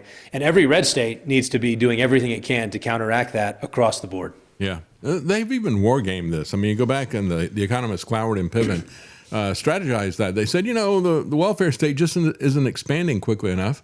If we expand the welfare state, we can bankrupt everything and we can be in charge. And so they said, so let's bring in some more immigrants. They'll go on welfare, and that'll accelerate this collapse. They're looking to collapse society. Collapse society is really Machiavellian and cynical, what these people are doing. But it is very deliberate, and it is a long-term plan that they've been doing. And what they seek to do is to collapse our society in multiple ways, morally, economically, you name it. And culturally, they're collapsing the society, and we have to stand in the gap. And we have the tools that are mighty, don't we? We have prayer, and we have Christ and God on our side, if we are on His side.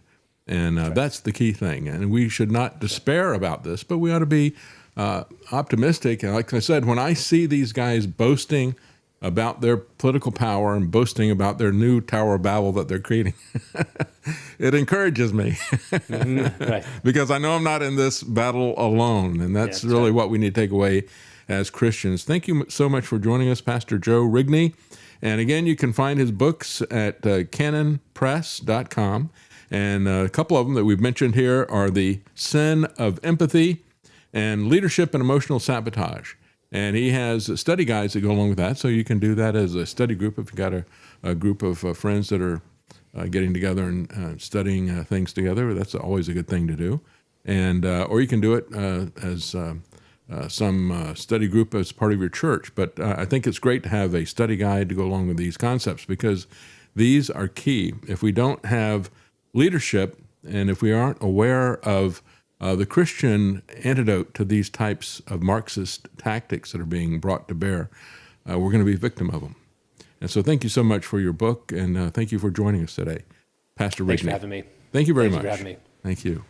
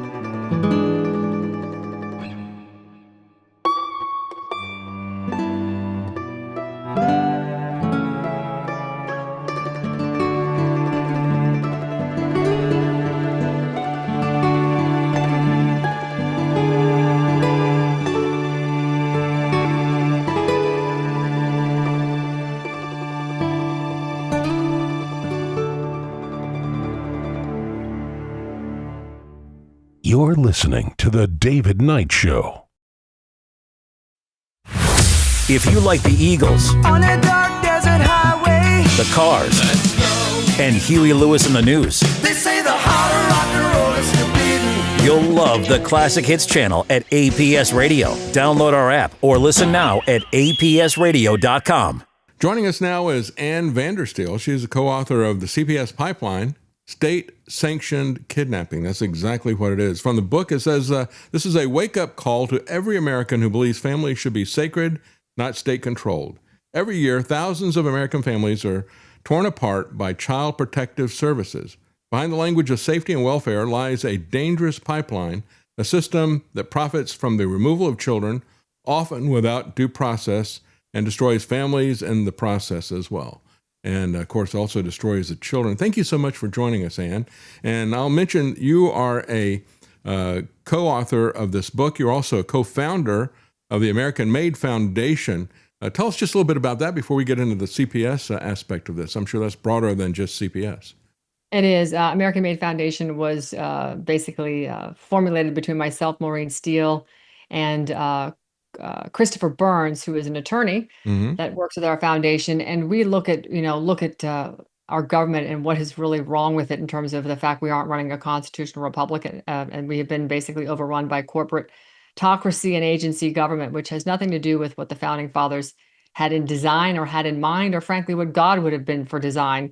So we decided to pick a lane because our future is dependent on healthy children, and you can't make America great if you don't have families that are great. And so Child Protective Services, like all of these agencies, have nice sounding names, but deliver the exact opposite of what the name would have you believe it's going to do. And so we picked that lane because we see the children as our future. And America can have a very bright future if their children aren't under siege. And I ask you, if I told you we have 500,000 hostages being held in America, in a foreign country right now, would you not expect our military to go there? And the answer, of course, is always going to be yes, go rescue Americans. Well, we have 500,000 children trapped as hostages inside this pipeline, this Child Protective Services pipeline of trafficking children. And we're doing nothing about it except, being gagged by courts. And we need to wake up to the reality that this agency known as Child Protective Services and all of its 50 other agencies by different names and across our country are just as complicit. And it's the taxpayer that's funding it. So I'm welcome this conversation. Thank you very much. Well, thank you for writing this book. And again, it is something that everybody needs to be aware of. We have a tremendous misconception about this, just in the same way that the government is constantly telling us that they need to do one thing or the other to protect the kids, and it's usually not at all about the kids, and usually it's not going to protect the kids. We just had the Kids Online Safety Act, which is really not about protecting kids. It really is about getting a digital ID for everybody and an ID to use the internet. And so there's always this hidden agenda that is there. And this is something that should be even more concerning to everybody as we start to move forward. I'm very concerned about the data centers that are so-called data centers. I call them surveillance centers. And they're going to be able to audit everybody. And we've already seen in many cases CPS unleashed against people because somebody doesn't like the fact that they're homeschooling, or somebody doesn't like the fact they didn't get all their vaccines on the schedule demanded by the medical industrial complex, or there's a conflict about gender gaslighting that happens in our government schools. It takes a village to raise a child, doesn't it? Or maybe it takes a village to steal a child, doesn't it, Ann? Well, starting with Hillary Clinton and the Adoption of Safe Families Act in 1997, right? That really kind of kicked this off and turned children into chattel they can monetize because from that, we really have seen that America has built a child welfare industrial complex where children can be removed from their homes, all under the color of law. You've got families being totally shattered when they don't bring meaningful due process. It's all based on hearsay, and these courts are all closed. Files are sealed, and billions of dollars can flow through a system that basically rewards the separation of the family instead of the preservation. This is what we title state-sanctioned kidnapping. It's just disgusting. And we need to know how the system works, who profits from it, and how parents and children are destroyed by it. Because if you don't comprehend that, how can you fix it? And that's one of the reasons we wrote legislation to fix it. And we believe that Florida will be the first state to pass this kind of revolutionary overhaul in their legislation, which will reduce the intake into the system by 95% so that we can reduce the money coming into Florida to continue to fund that pipeline by 95%. When you don't have a need, you don't need the funds. One thing you probably know about DC is once they've appropriated money for something, you're going to have to spend it. So we're going to spend it somewhere else and make it more meaningful. But what they're doing to the families with CPS is just diabolical. Yeah, and of course, the way they get around the 10th Amendment is by getting states addicted to the federal fiat currency Exactly. and then bribing and blackmailing them to do whatever they wish. And of course, we didn't, you're doing that voluntarily. You want the money. So you're going to do whatever we tell you. We're not violating the 10th Amendment type of thing. So let's talk about a little bit about the structure of your book. You talk about the machinery, the players, the incentives, the warning signs. Let's start with the machinery. What does that look like? Oh, well, the machinery is diabolical. It starts with a knock on the door because somebody reported you. One of the instances that I can talk about real life is the Ramirez family who had their child taken at 9 months old because they'd refused a vitamin K shot. Imagine that. You go in for a well visit and you decide not to take the vitamin K shot, and the doctor, who's a mandated reporter, says, well, you know what, it's not a law. There's no, it's sort of a, hey, we think this is a good idea, but you don't, body autonomy, protect the body. The parent said no. So he reports this to CPS, and it results in knocks on the door with CPS and a clipboard, wanting to come in. As I advise families all the time, never let them in your home. Call law enforcement to be a witness and make an appointment to go and see them in their office. Don't let them in your home, because it's sort of like giving them that opportunity. You're opting in to their, quote, jurisdiction when you say, sure, I'm going to allow this agency in my home. And now you've invited them to go around, use their eyes, and they can sort of determine whatever else they think may or may not be safe for the children and start writing things down. Yeah, and go on a fishing expedition. It's a fishing expedition of the highest order. And this is where the government can take total control of your child. They can charge you to comply with conditions to get the child back. And that becomes destabilization in your own home. And then in the process, they're going to use that same instability against you. So how do you call that prop protection? To me, that's state-sanctioned family destruction. As a matter of fact, I've interviewed in the past Dwight Mitchell, who was a victim of that, and that's one of his key things. Everybody thinks about CPS as being there to save kids who are being physically or sexually abused or something like that. That's a very small percentage of the cases that they take kids away from home for. Right. And so your first instinct, as he said, is they knock on the door and it's like, well, I'm not one of those people. I'm not doing anything to my kids. Come on in. Yeah, I'll show you. I'm absolutely innocent. And never take that approach. That is the number one thing people need to understand. And if they read a book like yours to understand what the bigger picture is, they won't make that mistake. They won't think that CPS is strictly about going after the violent sexual predators that are out there. It's not about that at all, is it?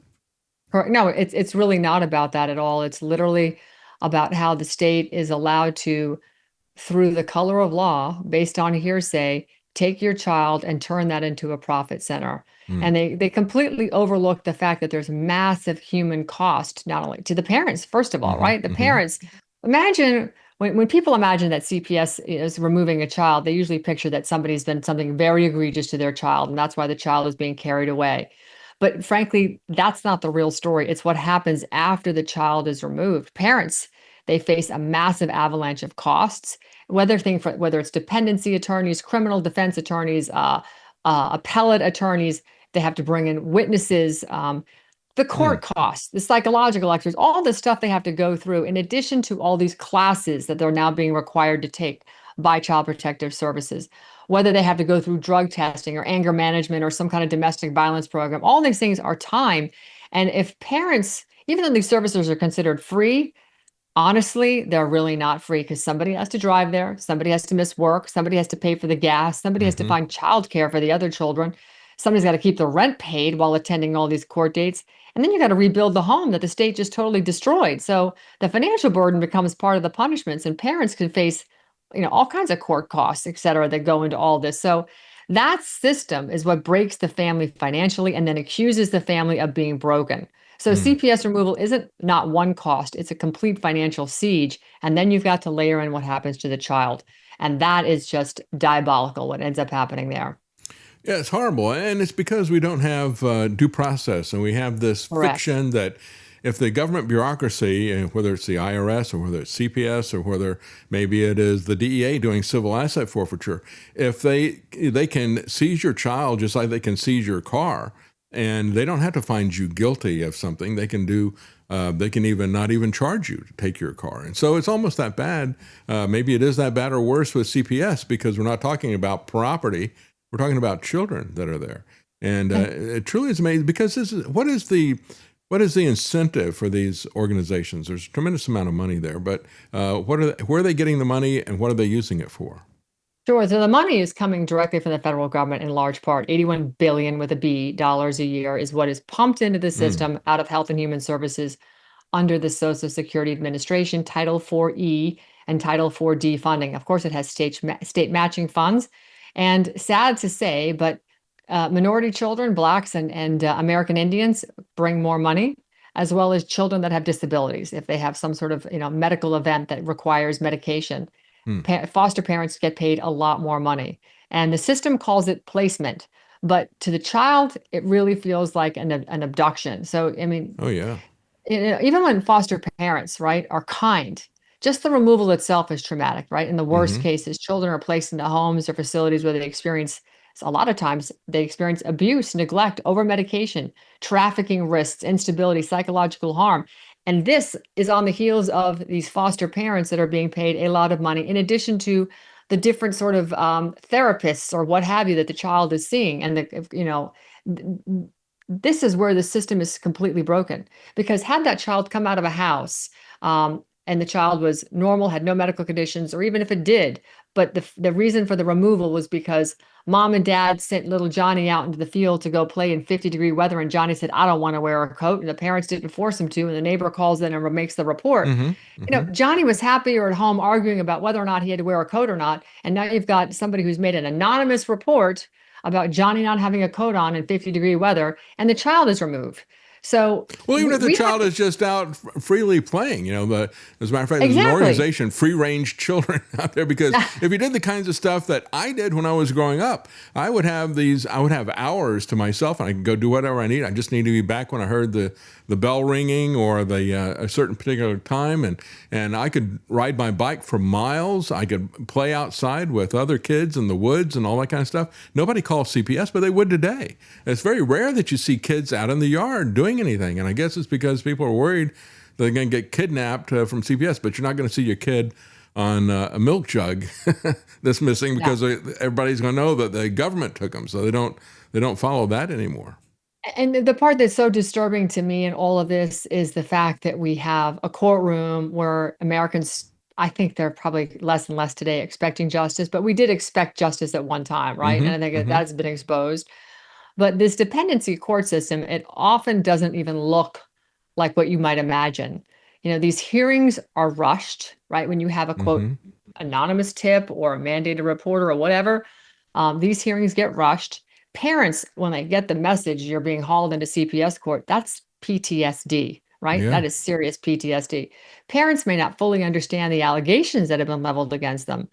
And the evidence rules can even be looser. So hearsay can shape decisions, not facts, not a law officer involved in anything. There's no affidavits. It's just hearsay.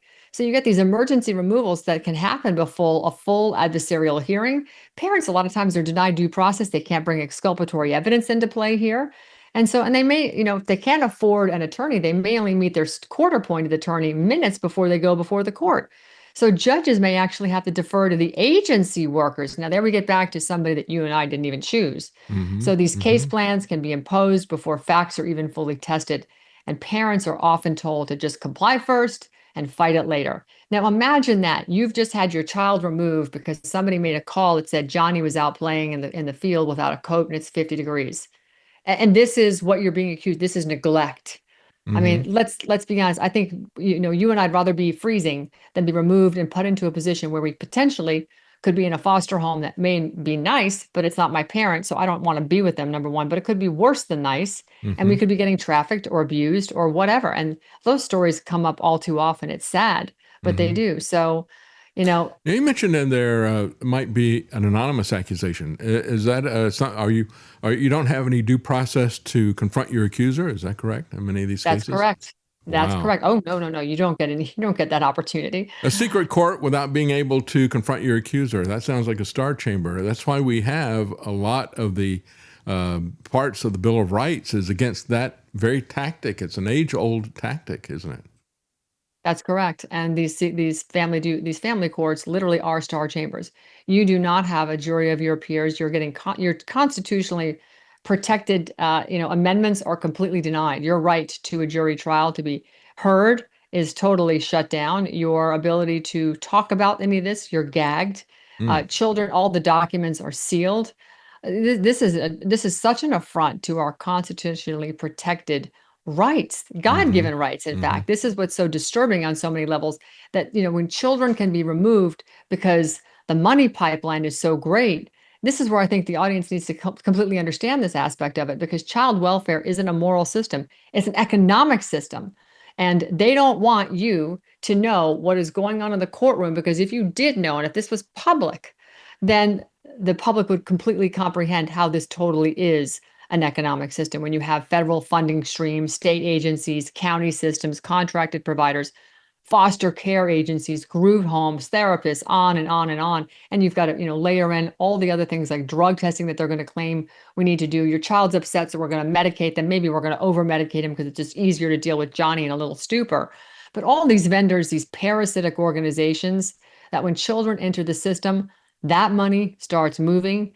And if you actually can do something to preserve families, then guess what happens? Fewer money is moving, fewer vendors get paid. And that's the central conflict in the system. And the system may say reunification is the goal, but the financial architecture often rewards removal, services, placement, and prolonged involvement. So we can see clearly what the goal is. And Title IV-E funding and these other federal funding mechanisms are all part of that big discussion. And of course, we're not going to have enough money to cover Social Security, but they're doing things like this, $81 billion for CPS and their secret star chamber process that's there. It's interesting, and we keep seeing the same things over and over again. The bureaucracies that act on their own, that seize your property without any due process, and you don't have any presumption of innocence, over and over again. That is a cancer that is run through our government at many different levels, at many different issues that we see there. But there's also a global aspect of this that I've seen as well. Years ago, there was an organization, I don't know if they're still out there now, it was parentalrights.org, and they were trying to get a constitutional amendment in that would recognize parental rights, because that's at the heart of this issue in most cases, coming after the family. And of course, the UN has been there for a very long time, the UN Convention on the Rights of the Child. Well, if the child has got rights, they can put that in opposition to parental rights, and they can use that as a wedge to break up the family. And that's really what they're doing with these child protective courts and child protective services and so forth. They're breaking up the family. That's the bigger picture that is there, I think, with the UN, as well as the structure that has happened in terms of changing our constitutional republic and democratic republic into a bureaucracy. But address that a little bit. Well, I mean, you just brought the UN into it. Need we say more? I mean, that is the most diabolical organization on the planet.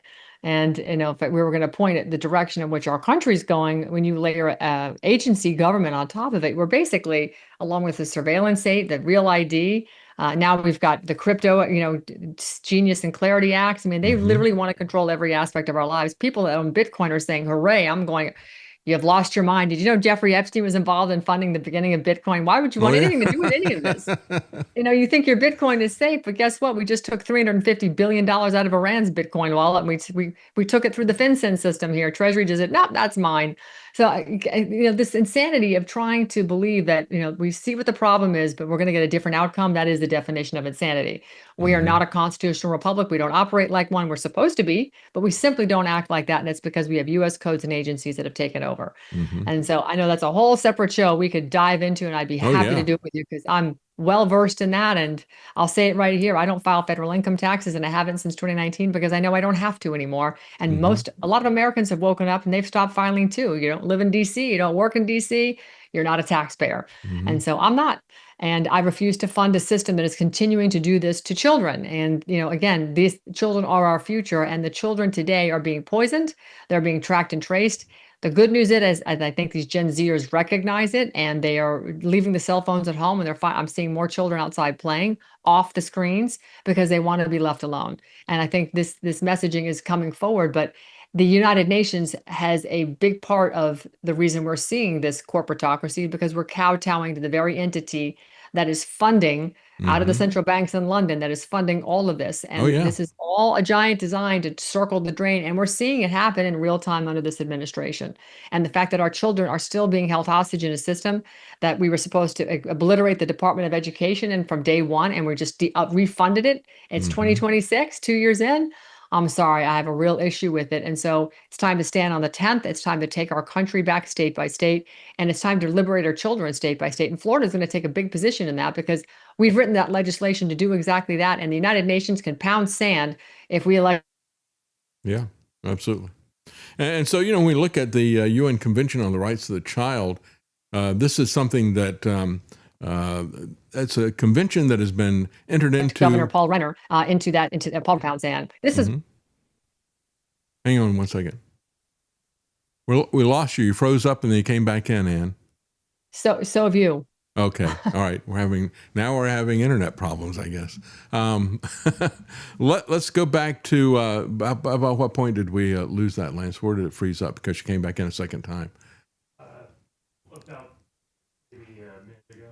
Okay. Let's back up to, let's see where would be a good point to pick this up with, where we first had some freezing that was happening there.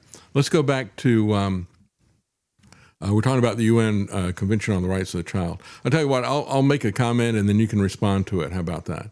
Right. So this UN Convention on the Rights of the Child, this is something that they got every nation on earth except for the United States has signed on to this. But through the United States, they're running this through CPS and they're running it through the courts.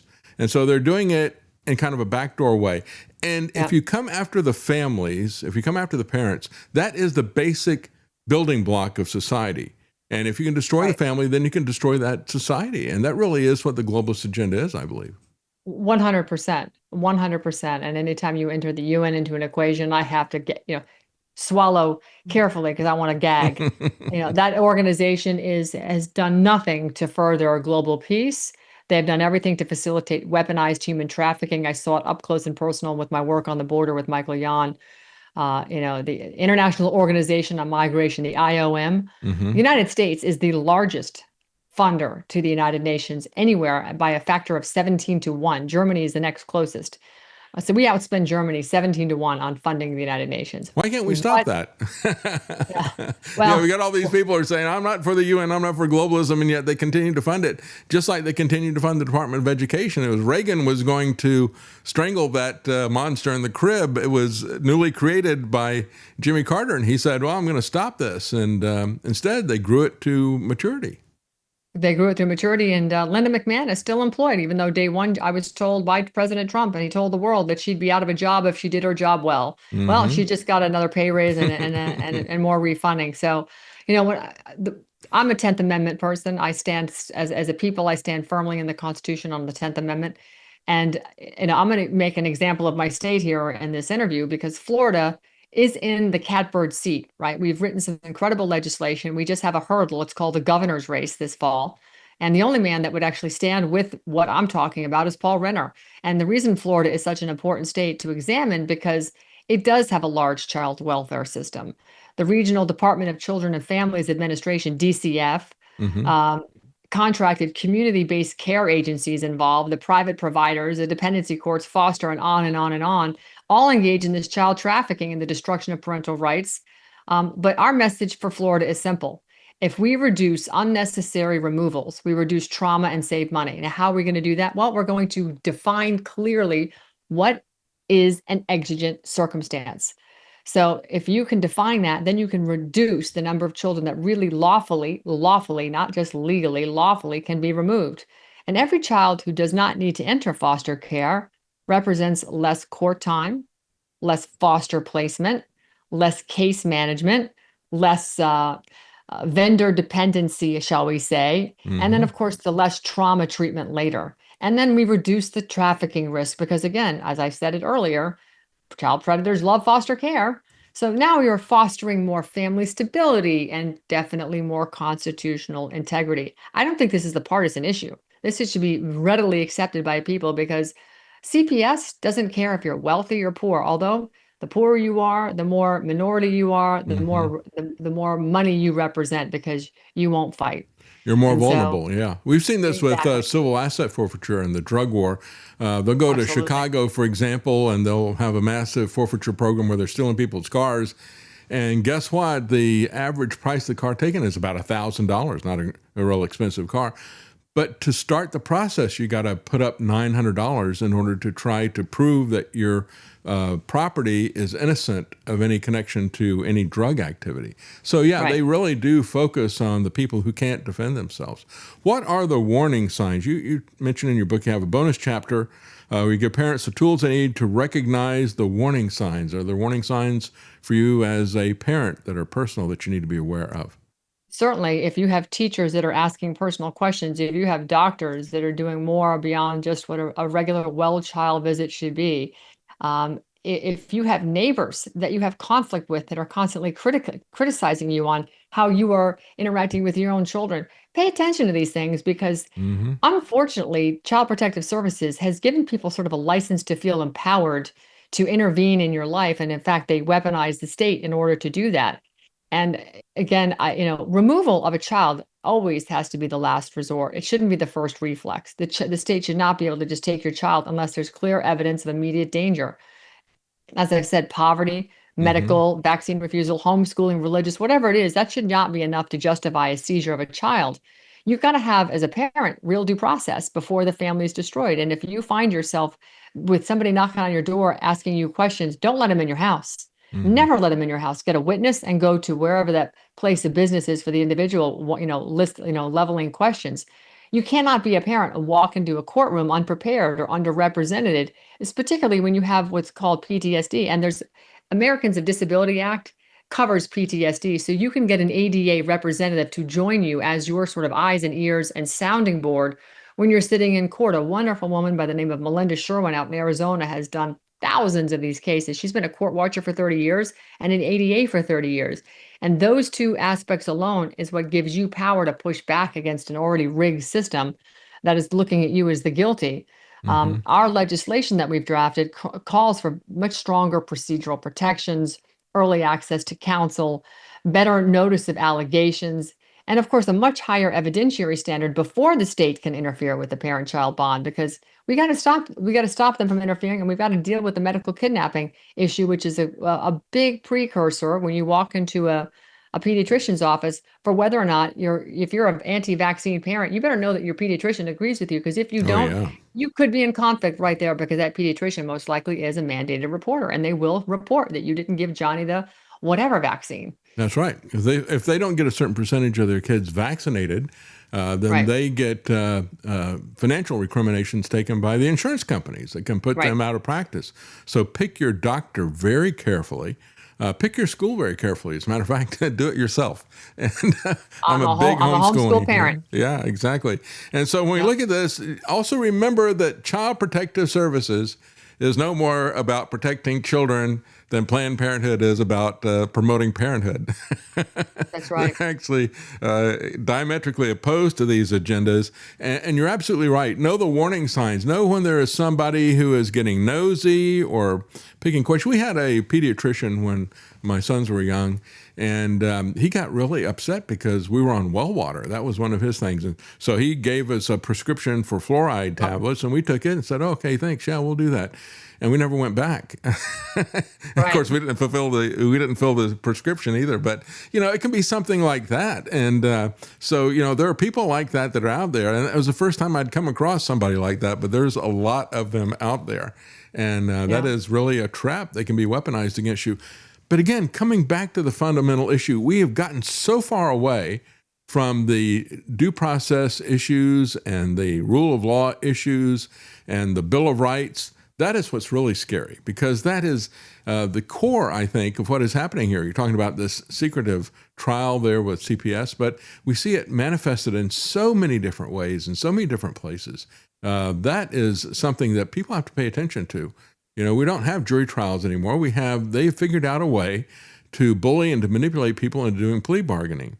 And so we don't have jury trials anymore. And I understand why people look at that, because they have also manipulated the process of picking the jurors. So you don't go out there and just, just like they pick the voters for the elections, they pick the jurors for the trials. They have figured this out. They've had 250 years to figure out workarounds against the plain language of the Bill of Rights and the Constitution, haven't they? They certainly have. And the part I find so egregious is that instead of looking at this problem, let's go back 250 years ago when somebody had a problem as a farmer or a blacksmith, the town came in to help. If the blacksmith, fell ill, somebody else came in and shoed the horses or whatever it was, the farrier.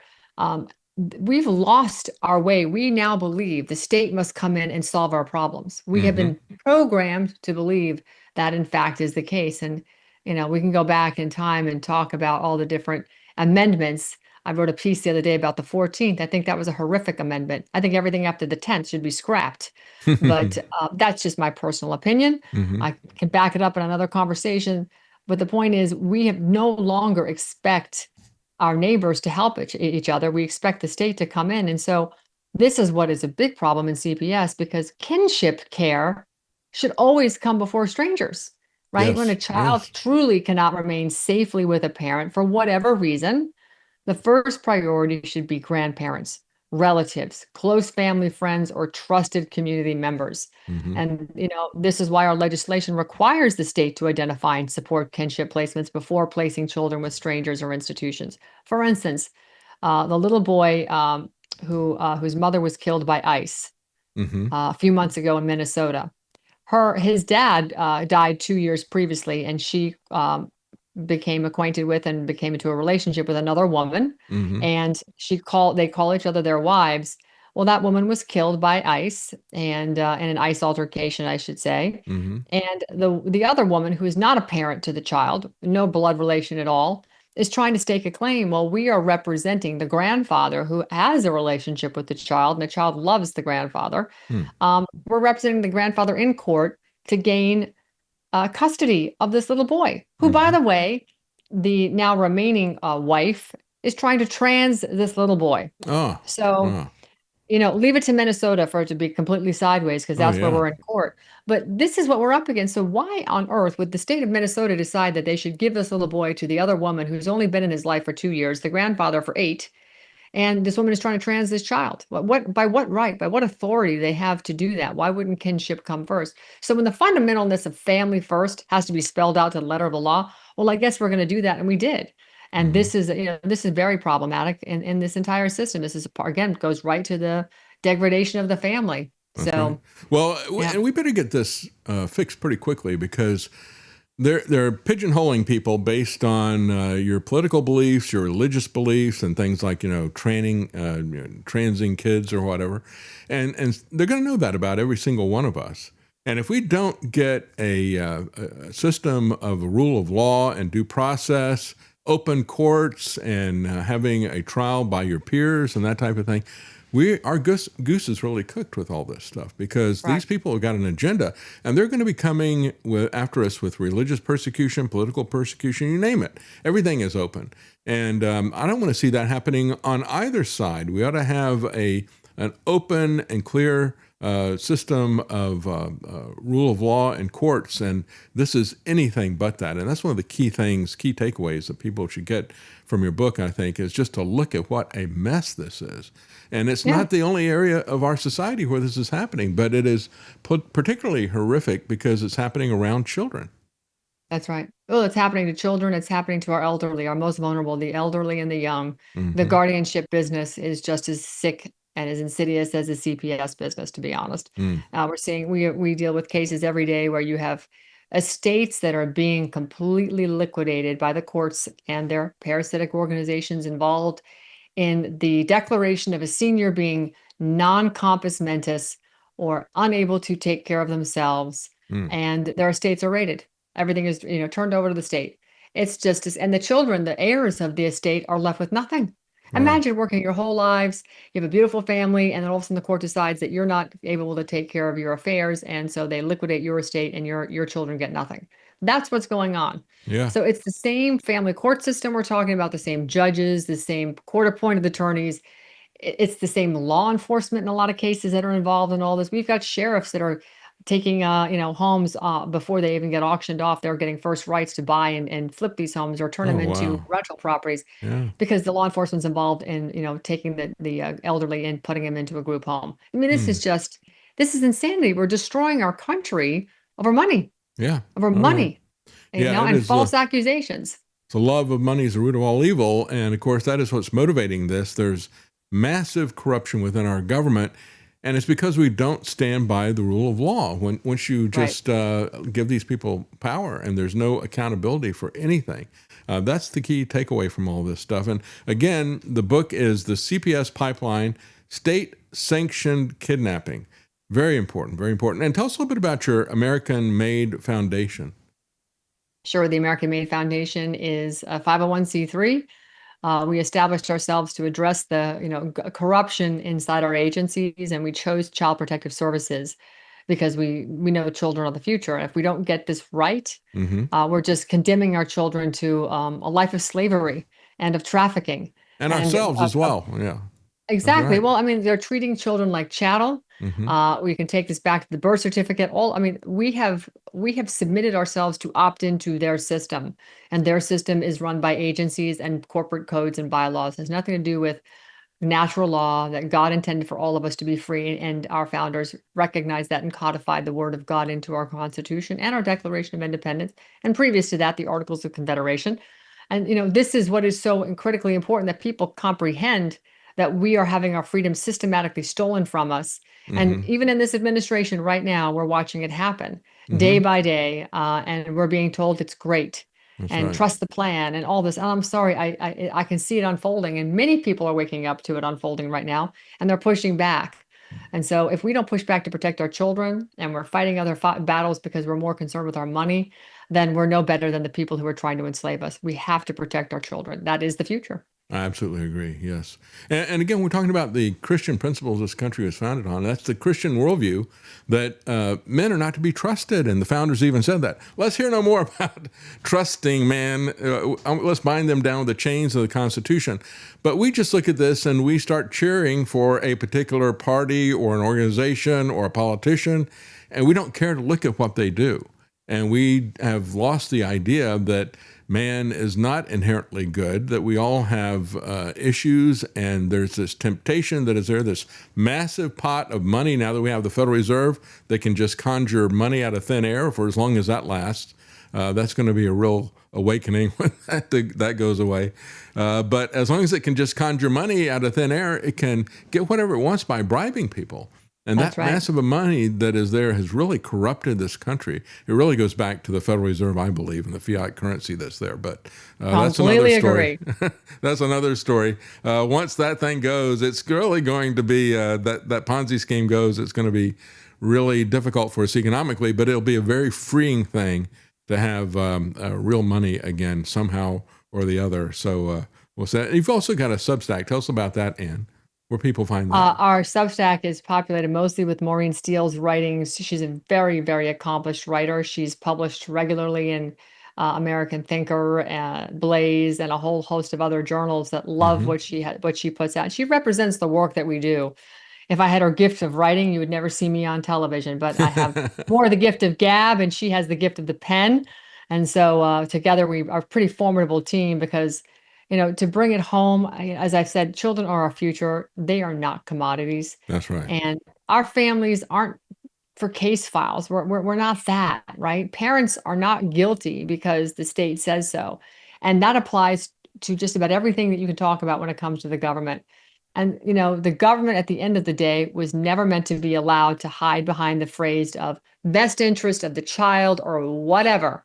Yeah. While they're destroying the very families or businesses or whatever it is that needs to be out there in order for the betterment of society. And they are doing a great job of destroying families. And sadly, when you have families that are destroyed, society breaks down. And when society breaks down, chaos erupts.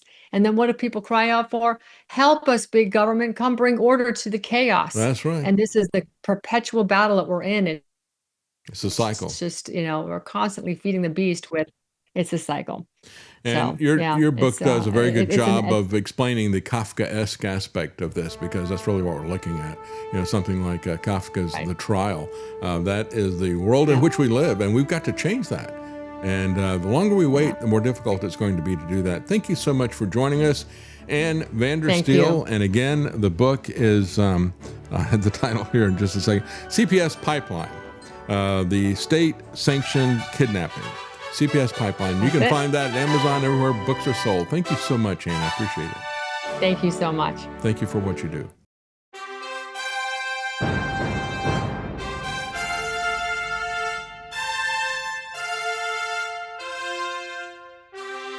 The Common Man. They created Common Core to dumb down our children. They created Common Pass to track and control us. Their Commons Project to make sure the commoners own nothing. And the communist future. They see the common man as simple, unsophisticated, ordinary. But each of us has worth and dignity, created in the image of God. That is what we have in common. That is what they want to take away. Their most powerful weapons are isolation, deception, intimidation. They desire to know everything about us while they hide everything from us. It's time to turn that around and expose what they want to hide. Please share the information and links you'll find at thedavidknightshow.com. Thank you for listening. Thank you for sharing.